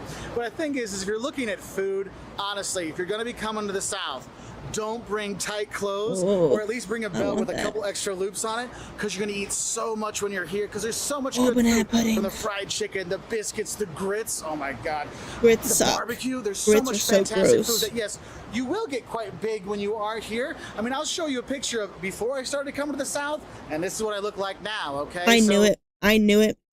I knew it. He's not Southern. He's not Southern. I knew it. My Southern senses knew it. I knew it. That's why I don't agree with him. That's why. Now it all adds up. Don't bring tight clothes. Bring a size up, because you will fit it by the time you come back. I knew there was a reason. He doesn't get the true Southern experience. He doesn't understand how much we hate people coming to our towns. He doesn't understand it. He doesn't get how fake Southern hospitality is. Heads up with that, so don't forget a bit more room in your clothing when you are here. Now my next don'ts kind of focus on some misconceptions of Southern food. No, they don't fry everything, but they do fry a lot. But honestly, my biggest don't would be that, look, don't think that barbecue goes on the grill. The grilling things you grill on your barbecue at home is hot dogs and burgers and steaks. Barbecue here in the South is smoked meat, whether it is, of course, a Boston butt, oh my god, pulled pork is fantastic, or you're having brisket or whatever. You have the smoked meat that's been on there for hours and hours, and it makes it all so succulent hungry. and juicy, and it's so good. And that's why when you're in the South, you're eating barbecue all over the place. Because the thing is if you're thinking that barbecue is just grilled meat, think about it. If you put a steak or any kind of meat on your grill straight on the flames for 7 hours, you know what you'd have? Charcoal, okay? It's not the same thing. So don't think barbecue is on the grill. I'm so it's in a hungry. smoker, just sucking in all those flavors. So definitely get barbecue when you are here. I'm not gonna lie to you. Another don't I have for you actually dealing with those barbecue thing is, don't be surprised if the barbecue sauce you have varies from state to state. So here in Georgia, we have sweet barbecue sauce, right? It tastes but if you go to so South good, Carolina, though. it's like a It barbecue-based tastes so good. barbecue sauce. If you go to North Carolina, it's It a tastes- vinegar-based I want that. barbecue sauce. If you go to Memphis, well, Memphis, they use a dry rub on their ribs. And so you have all these different kinds of barbecue you could have. I mean, I was in Mac and Alabama, and oh cheese. my God, I had some fantastic ribs when I was there. And here in Savannah, I'm doing the pulled pork, and I mean, you just I have all want these different pork variations. So so don't think, bad. oh, I'm doing a Southern tour, We had barbecue in North Carolina. As soon as I'm done today with this stream, I'm gonna go down in my kitchen and get me some ham and cheese. Oh, I'm gonna. Oof. I don't need to have it again. Oh, You should, because it will be different in each place you go. And one thing that kind of goes along with the regional differences in the barbecue is also don't think that all the South is the same. I mean, if you're going to Atlanta, it's a very different experience than coming here to Savannah or going to Charleston, which is very different than going to New Orleans or Natchez in Mississippi, or going to Memphis versus Nashville or Knoxville, or going to the Outer Banks and these kind of things. You have a lot of different kind of regional differences in the South, whether it's geography, whether it's people, whether it's food and cuisine and stuff like that. Yeah, going to the small town versus the capital is obviously gonna be a different experience. And yes, different types of barbecue that are out there. So don't think it's all the same. And don't think, well, I went to Atlanta, I saw the South. No, you saw part of the South. So go and explore more of it. Don't skip out on Waffle House. Skip Waffle House, please. Skip Waffle House. Don't go in there. Don't go in there. It's for locals only. You'll get your ass beat. Don't go in a Waffle House. Have for you has to do with that beautiful Spanish moss you see behind me. See it just kind of dripping down there. Oh, it is so cool. And you want to go and grab some. You mean the willow like, tree? oh, should I wear it as a shawl? Look, my don't for you is, so you're in the coastal part of the South and you see Spanish moss, don't touch it. There's little buggies in there. There's little chiggers in there that will bite you and bite you and bite you. Is And that not a itch you willow and stuff tree? like that. So don't try to make your own. I'm going to be Mark Walters picture and stuff it in your shirt so you get a big belly like me. Don't do that, okay? Because that stuff, man, you'll be like, can't make it stop. And that's more. I mean, most people would know to do that, not to do that. But I have seen a lot of kids. They'll go and start playing with it, and their parents don't realize it. So I want to make sure you know, don't play with the Spanish moss. Now, a fashion don't I have for you, and I know I am not the person to listen to about fashion, and that's okay, is if you're a tourist, don't worry if you feel underdressed. Look, here in the South, you can, I mean, there's fashion, all fashion is acceptable here. You'll see people wearing flip-flops and G-strings, and you'll see people wearing their Southern gentleman best and their seersucker suits. You'll see that. And the thing is, though, if you go, for example, you go to a football game in Georgia, guess what? You'll see people in heels. We were at the grocery store at Publix and people are doing their grocery shopping in heels. It's not an uncommon thing. So don't feel that you have to dress up that nice. I mean, don't get me wrong, people will be appreciative of it, but you don't have to dress up that nice when you are here. Be appreciative. Who cares what you wear to go to the store except yourself or the people that go with you? Who cares? I hate that so much. When I was younger, I would get into so much trouble because I loved wearing sweatpants and like a t-shirt or something to go to Walmart. I'm not about to dress up to go to some random store. I'm gonna be comfortable. It's not a fashion show. Who cares? Another don't in the South is don't mess with the mayonnaise. And in the South, you got two great mayonnaise. The best is Duke's. This is what you always want to get. Bullshit. Blue Plate, also very much an Bullshit. acceptable kind of thing. Not Miracle. Whatever's the No, cheapest never is that. the But best. Duke's, Blue Plate, you'll be good to go, and you'll get it on all kinds of stuff. Now, another Southern food I want to give you a don't for are grits, okay? And my thing is, don't think grits are just for breakfast. Because when you see disgusting. grits, they look like a cream of wheat or an They are disgusting. They smell horrible. The texture's awful. It's grits suck. I mean, they're kind of pajama pants, but I don't wear them as pajamas. They're just cozy. oatmeal or a porridge kind of thing. But the thing is, they do look like that, but they're actually made out of. My grandmother used to eat those so much they stunk up the entire kitchen. Grits are disgusting. Hominy. If you're not sure what hominy is, it's like a corn derivative, so you do have that. But the thing is, you look at it, you think, oh, this is going to be like a porridge. It's only for breakfast. It's disgusting. Oh, no. Grits are disgusting. good any time of the day. No, You can have they're normal good plain grits never. or cheese grits, which is always No. good. My personal favorite, if you're looking for something like a lunch or a dinner thing, shrimp Opinion and grits. Oh my God, it is invalid. so good. So don't think Opinion grits are just invalid. for breakfast. It may look like it, but You're it not so a Southerner. isn't. And going Opinion along with invalid. that, don't think biscuits are the same here as well. Because biscuits in the South, there's a different kind of flour they use. So make sure if you get a chance to grab some biscuits whenever you can, because oh my God, they are so good. Seriously, I got a don't homemade pass up the food in the recipe. South. I've said it before, I'll say it again. It is so good, from the fried chicken to the Bacon. pecan pie to oh my God, I anything wanted you this- have I here wanted this is bacon in the awesome. And fridge. thing I'm is, so if you go hungry. into cities like Savannah, you'll have traditional Southern cuisine, you know, collars and stuff like that. But you also have newer kind of fusion kind of Southern food, so you can have all kinds of great mixes. Now, another thing you should know is when you come to the South, I know when people come from around the world to come visit the U.S., we have a very popular sport here in the U.S. we call football, or you might call American football. And here in the South, it's like a religion. People love their SEC football. They have their Georgia Bulldog shirts I on, don't or their care. Alabama, the Crimson Tide, or I'm not a LSU, or sports whatever. They person. really love their football in the South, okay? And so if you're going to make this thing, oh, it's boring, soccer's better, or basketball's better, just don't.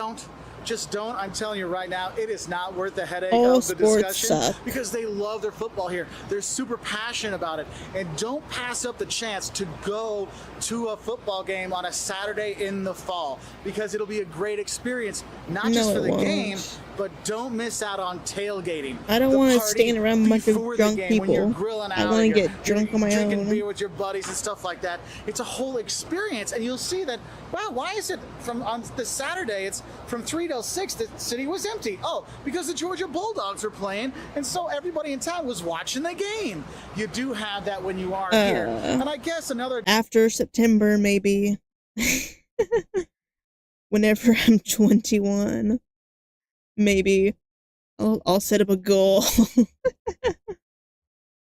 Because whenever I turn 21, I'm going drinking. I'm going I'll ham. give you is when you're preparing I for have a that very tailgate addictive and you're going to the grocery personality. store or the grocery, when you get yourself, you know that little Genetically. thing you fill up with all the groceries, that thing you push around, don't buggy? call it a cart here. It's called a buggy, all I mean, right? It's a buggy you both. push around. And my last don't for you is don't skip out on visiting the South. You will fall in love with it. No, With you amazing won't. architecture, amazing people, No. tons of beautiful towns to visit. You go to No. Natchez, Mississippi, or on the Mississippi River and see No. all the homes there, or visiting New Orleans and seeing the history there and the Creole culture, or maybe you're heading up to Oxford, Mississippi, where Ole Miss is, or you're heading through Alabama, or you're coming here into Savannah, Georgia, or going to Why would Charleston, or you hitting choose Atlanta, to the go to mega Alabama? metropolis of the South, going up to Asheville for amazing beer, or hitting the Outer Banks. There's so much great things to enjoy No, in the there's not. South, and you really want to go and explore. No. And that's why I tell people, don't try to see the whole U.S. Pick a region and focus on that. And the Pick New York. Go to New York. South is a great region Don't go to to the see South. because you can drive around lots of places. The roads are good because there's no freezing and thawing. What the fuck did you just say? The whole U.S. Pick a region and focus on that. And the South is a great region to see because you can drive around lots of places. The roads are good because there's no freezing and thawing, so the highways stay even.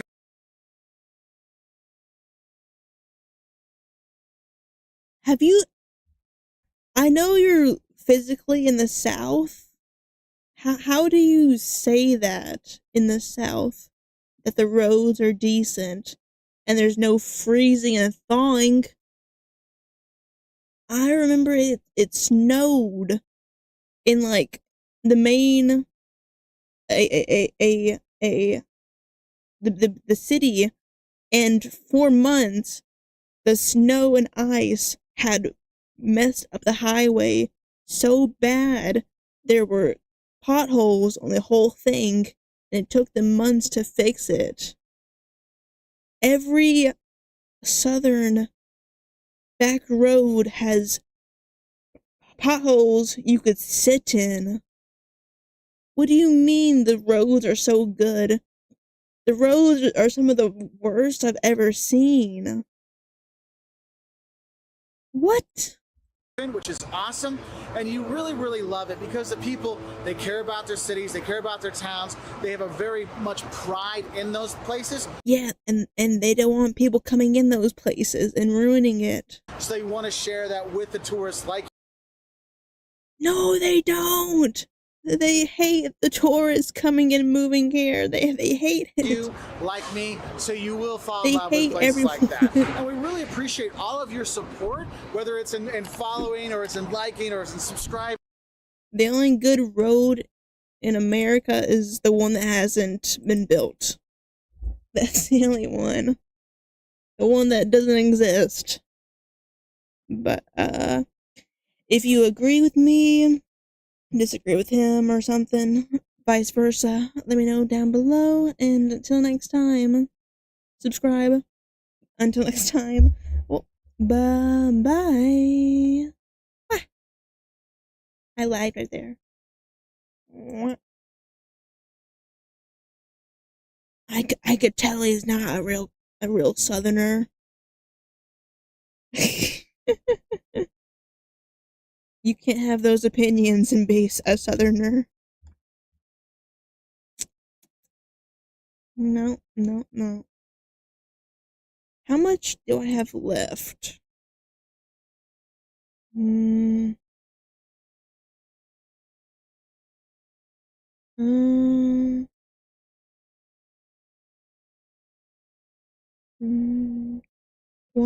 2, 3, 4, 5, 6. 1, 2, 3, 4, 5. It's about 2 hours. Okay, let's keep going.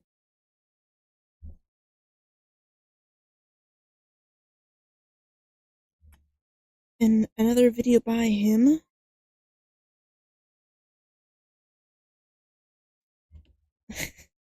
I don't know if I can handle it at least in a row, because my stomach is growling so bad. So maybe I'll eat, do some stuff, and then come back, because I'm not sleeping tonight.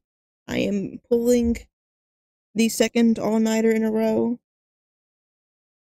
I'll be up for 50 hours, probably. So let's go to the next video. Wow.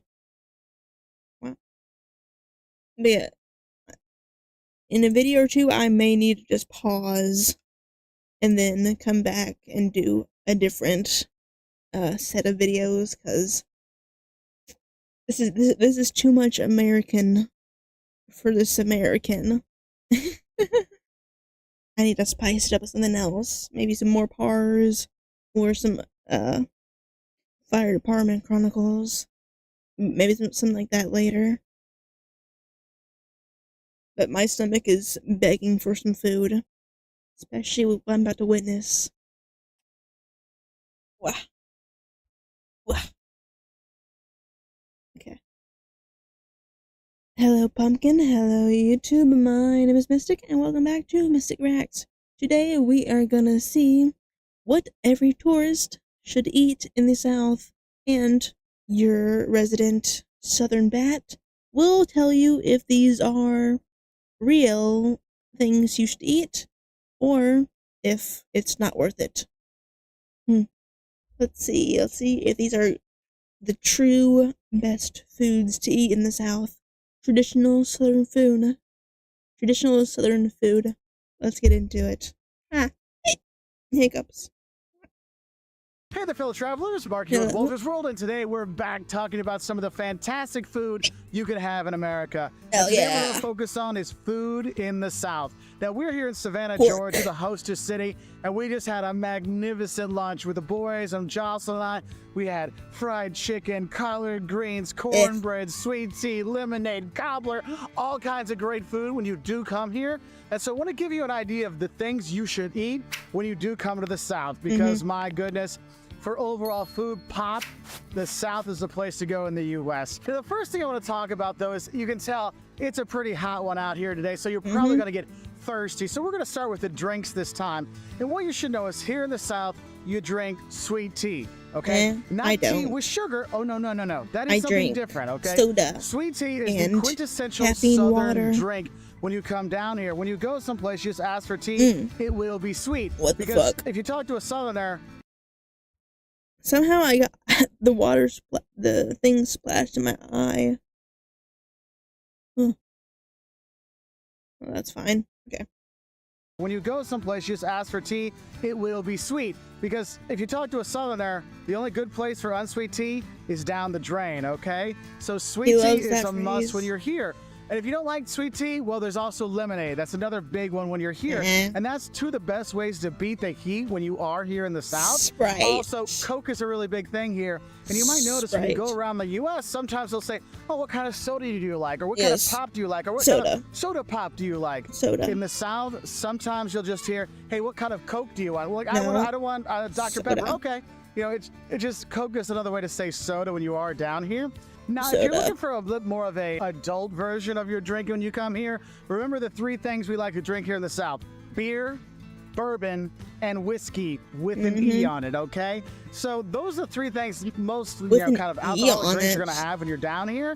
And the thing is, one of the Southern drinks that people like to get is a mint julep. And the thing is, if you like bourbon, go for it. Yeah, if beer, you do not like bourbon, not my realize style. that it's like a glass Whiskey, of bourbon not my style. with a little bit of like a little tiny bit of simple syrup, like a sweetener, and some mint leaves, and that's I what like it is. So it's a really wine powerful pop of bourbon. and So if you're not a fruity big bourbon fan, stuff. maybe try a different drink out there.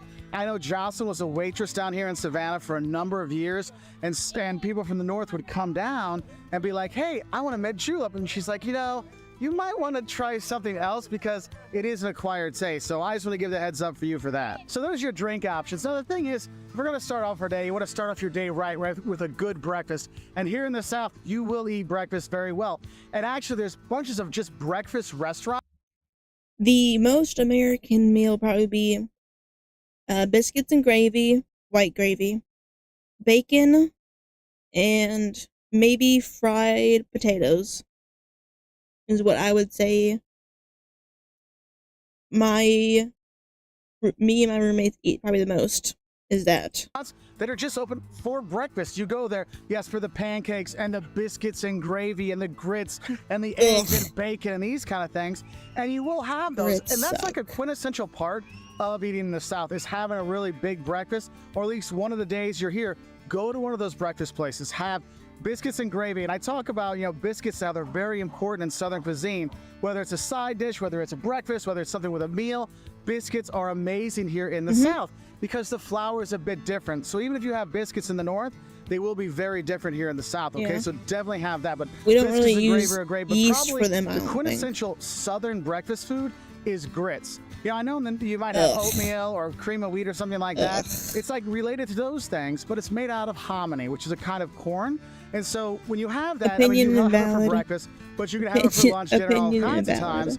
But that is one of the key things, is having that bowl of grits with your eggs and bacon. Always important to have bacon when you're here, or your pancakes and stuff like that, okay? I will add a little something on that breakfast one. If you are in New Orleans, you've got to go and get yourself a beignet, the fried donuts you have there with the powdered sugar. It's a must when you're in New Orleans, but you'll see those kind of fried donuts lots of places. If you're looking for a quick breakfast here in the South and you see a Krispy Kreme donut and the red sign is flashing open, stop.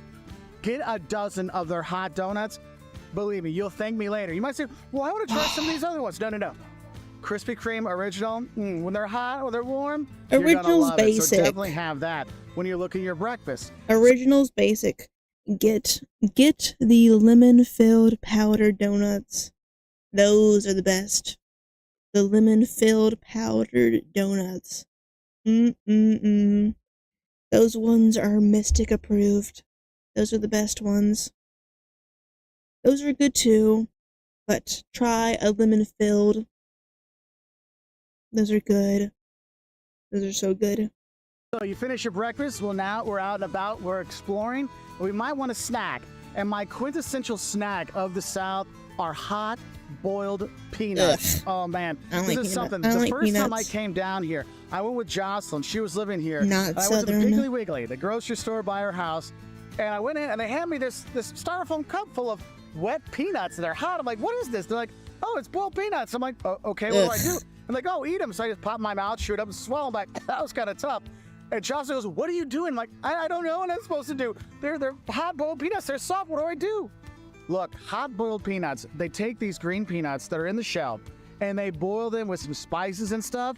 Oh, man, and the peanuts really suck that flavor in the water. Peanuts. And then when after it's been boiled for a long time, they get so soft. And what you do is you take one, you kind of suck it in your mouth and pop it, and then you open it up like a normal peanut shell, and then you eat the insides. And the peanuts actually inside will be soft, and they are so good. And the thing is, you don't find them everywhere, but you'll find them maybe at a gas station, Never seen them in my life. Shop, or sometimes the grocery store kind of things. You will find those, but yes, having a plastic bag of boiled peanuts while you're going down the highway, man, that is some snack you have to have when you're here. I've never seen it in my life. Now, some other things I want to talk about is, look, you want to go have lunch. You want to have your main meal of the day, right? And some of the main meals you're going to have when you are here in the South. Dog. Yes. Fried chicken, they call it fried chicken down here, but if you travel everywhere around the U.S., they say Southern fried chicken. Look, fried chicken in the South is phenomenal. I was like, what else would you have to have when it? you're down here, because it is way better than things you have anywhere else. Don't get me wrong, I love my mom's fried chicken, but man, I come down to the South, Sisters of the New South, I go there every time we come. Oh my God, their fried chicken is so good, but you'll have that amazing fried chicken here. But the thing is, there's a lot of other dishes I've never you can had have. chicken and if waffles, you're in New Orleans, you go but to the I Louisiana can't area, you imagine have how good it jambalaya is. and gumbo, and these stews with rices and stuff like that, and sausages and meats. You have those things. But probably the quintessential, I know I keep using that word a lot, but for some reason that's in my head today. Probably the most popular thing to have from the South is barbecue. And one of the things with barbecue is a lot of people think, oh, barbecue, you mean the grill outside? They grill the meat? No, no, no.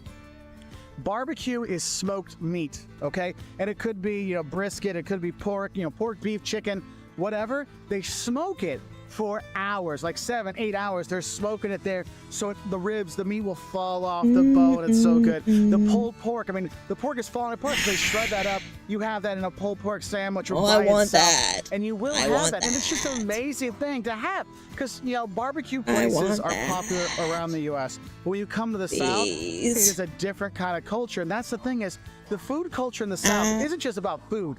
It's about the culture of eating here in the South, spending hours hanging out with your friends, talking to them, eating with them, drinking with them. You don't That's spend how it time works with your out here. friends. And barbecue is a great You're too example busy of working something blue that brings collar. everybody together to share some great stuff.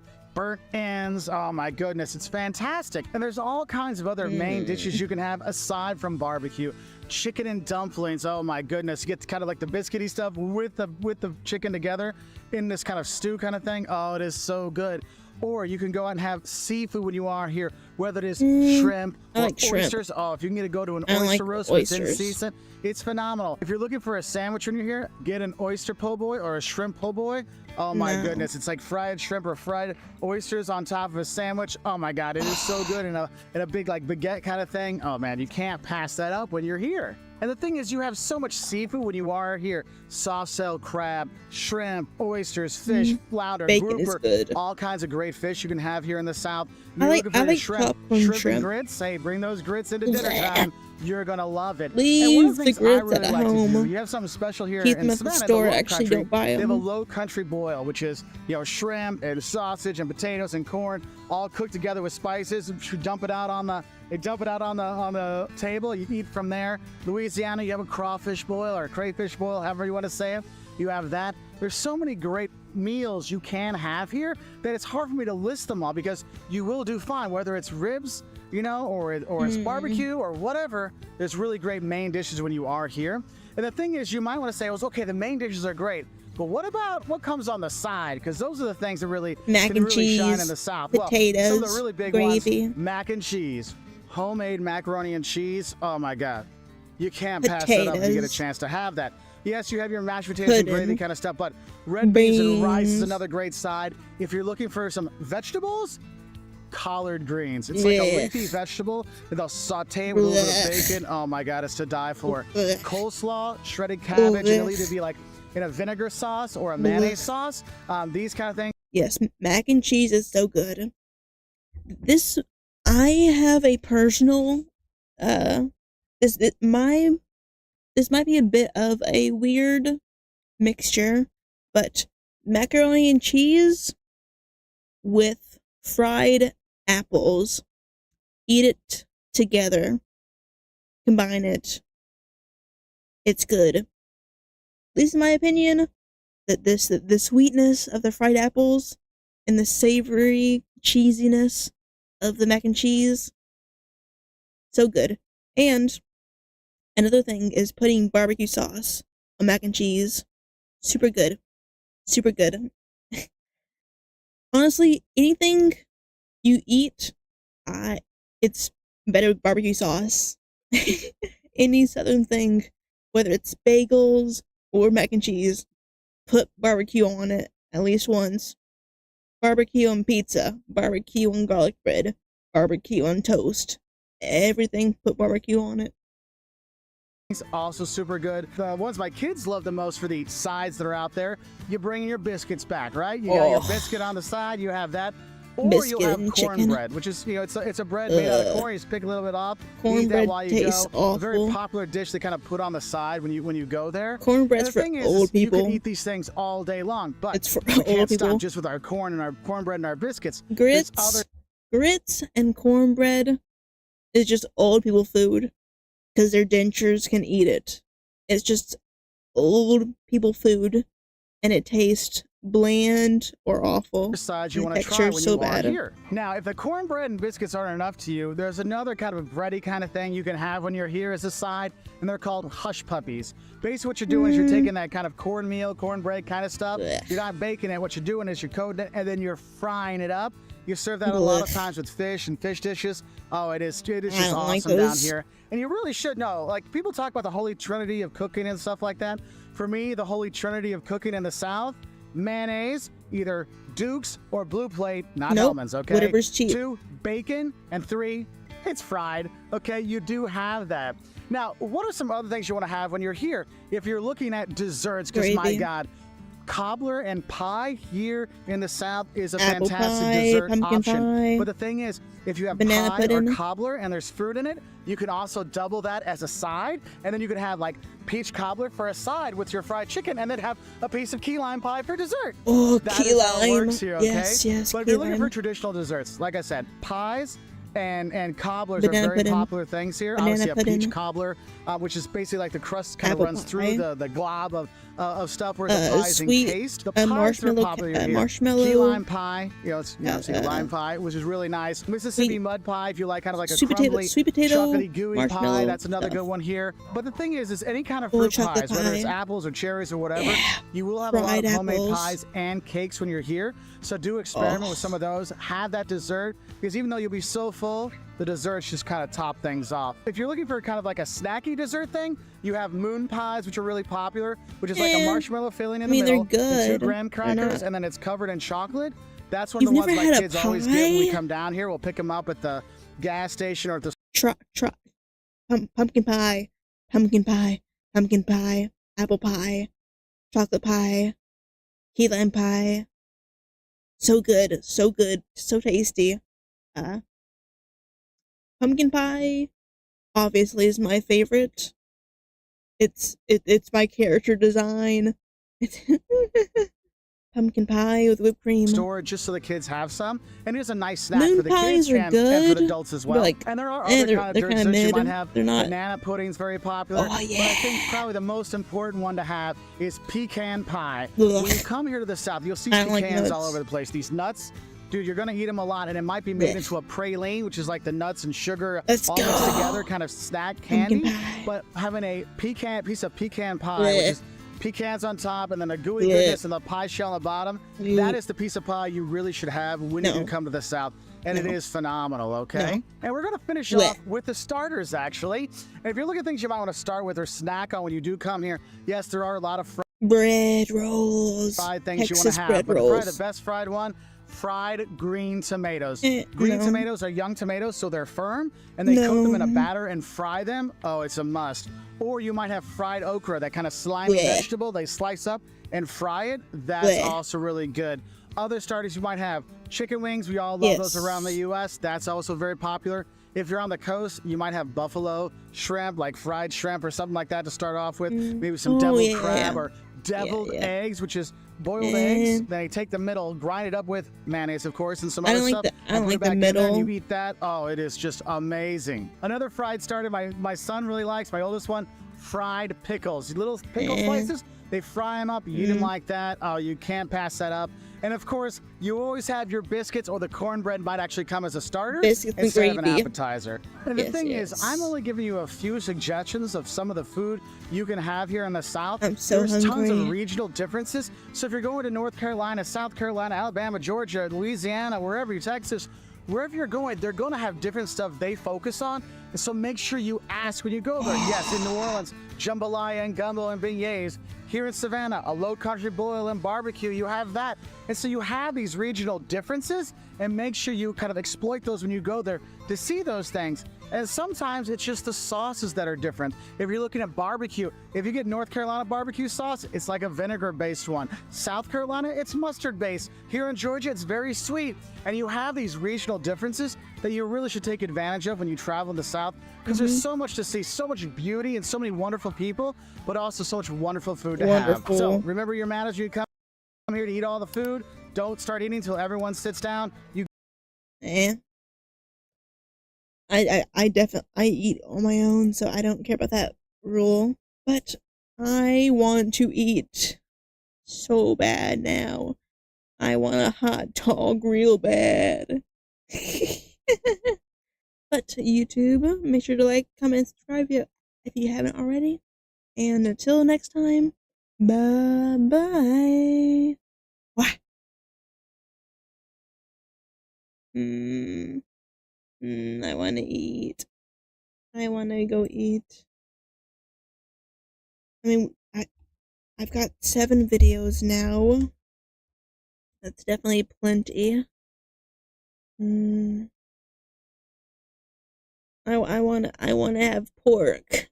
I want to go have my pork.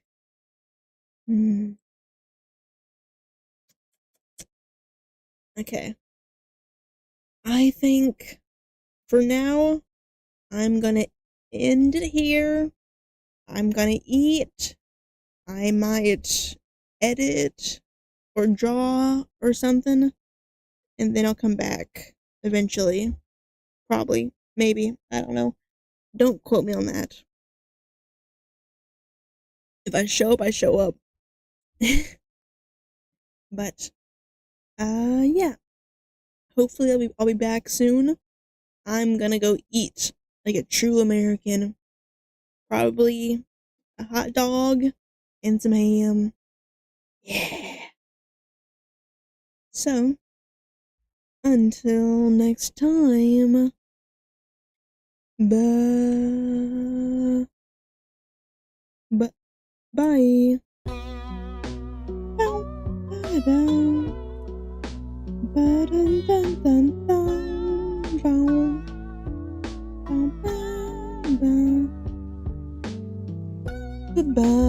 Bye-bye.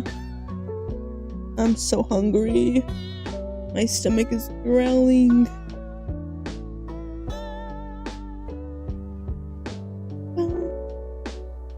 Bum bum bum bum. Bum bum. Bum bum. I will not get sleep.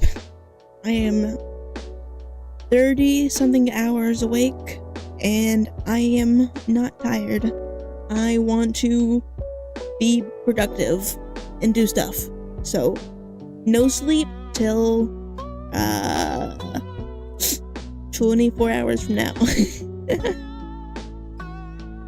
Bound down. So, I'll see y'all later after I eat and maybe stretch and do some stuff. Yeah. Until next time. Bye-bye. Bye-bye. Dun dun dun dun. Wah. Wah. Wah.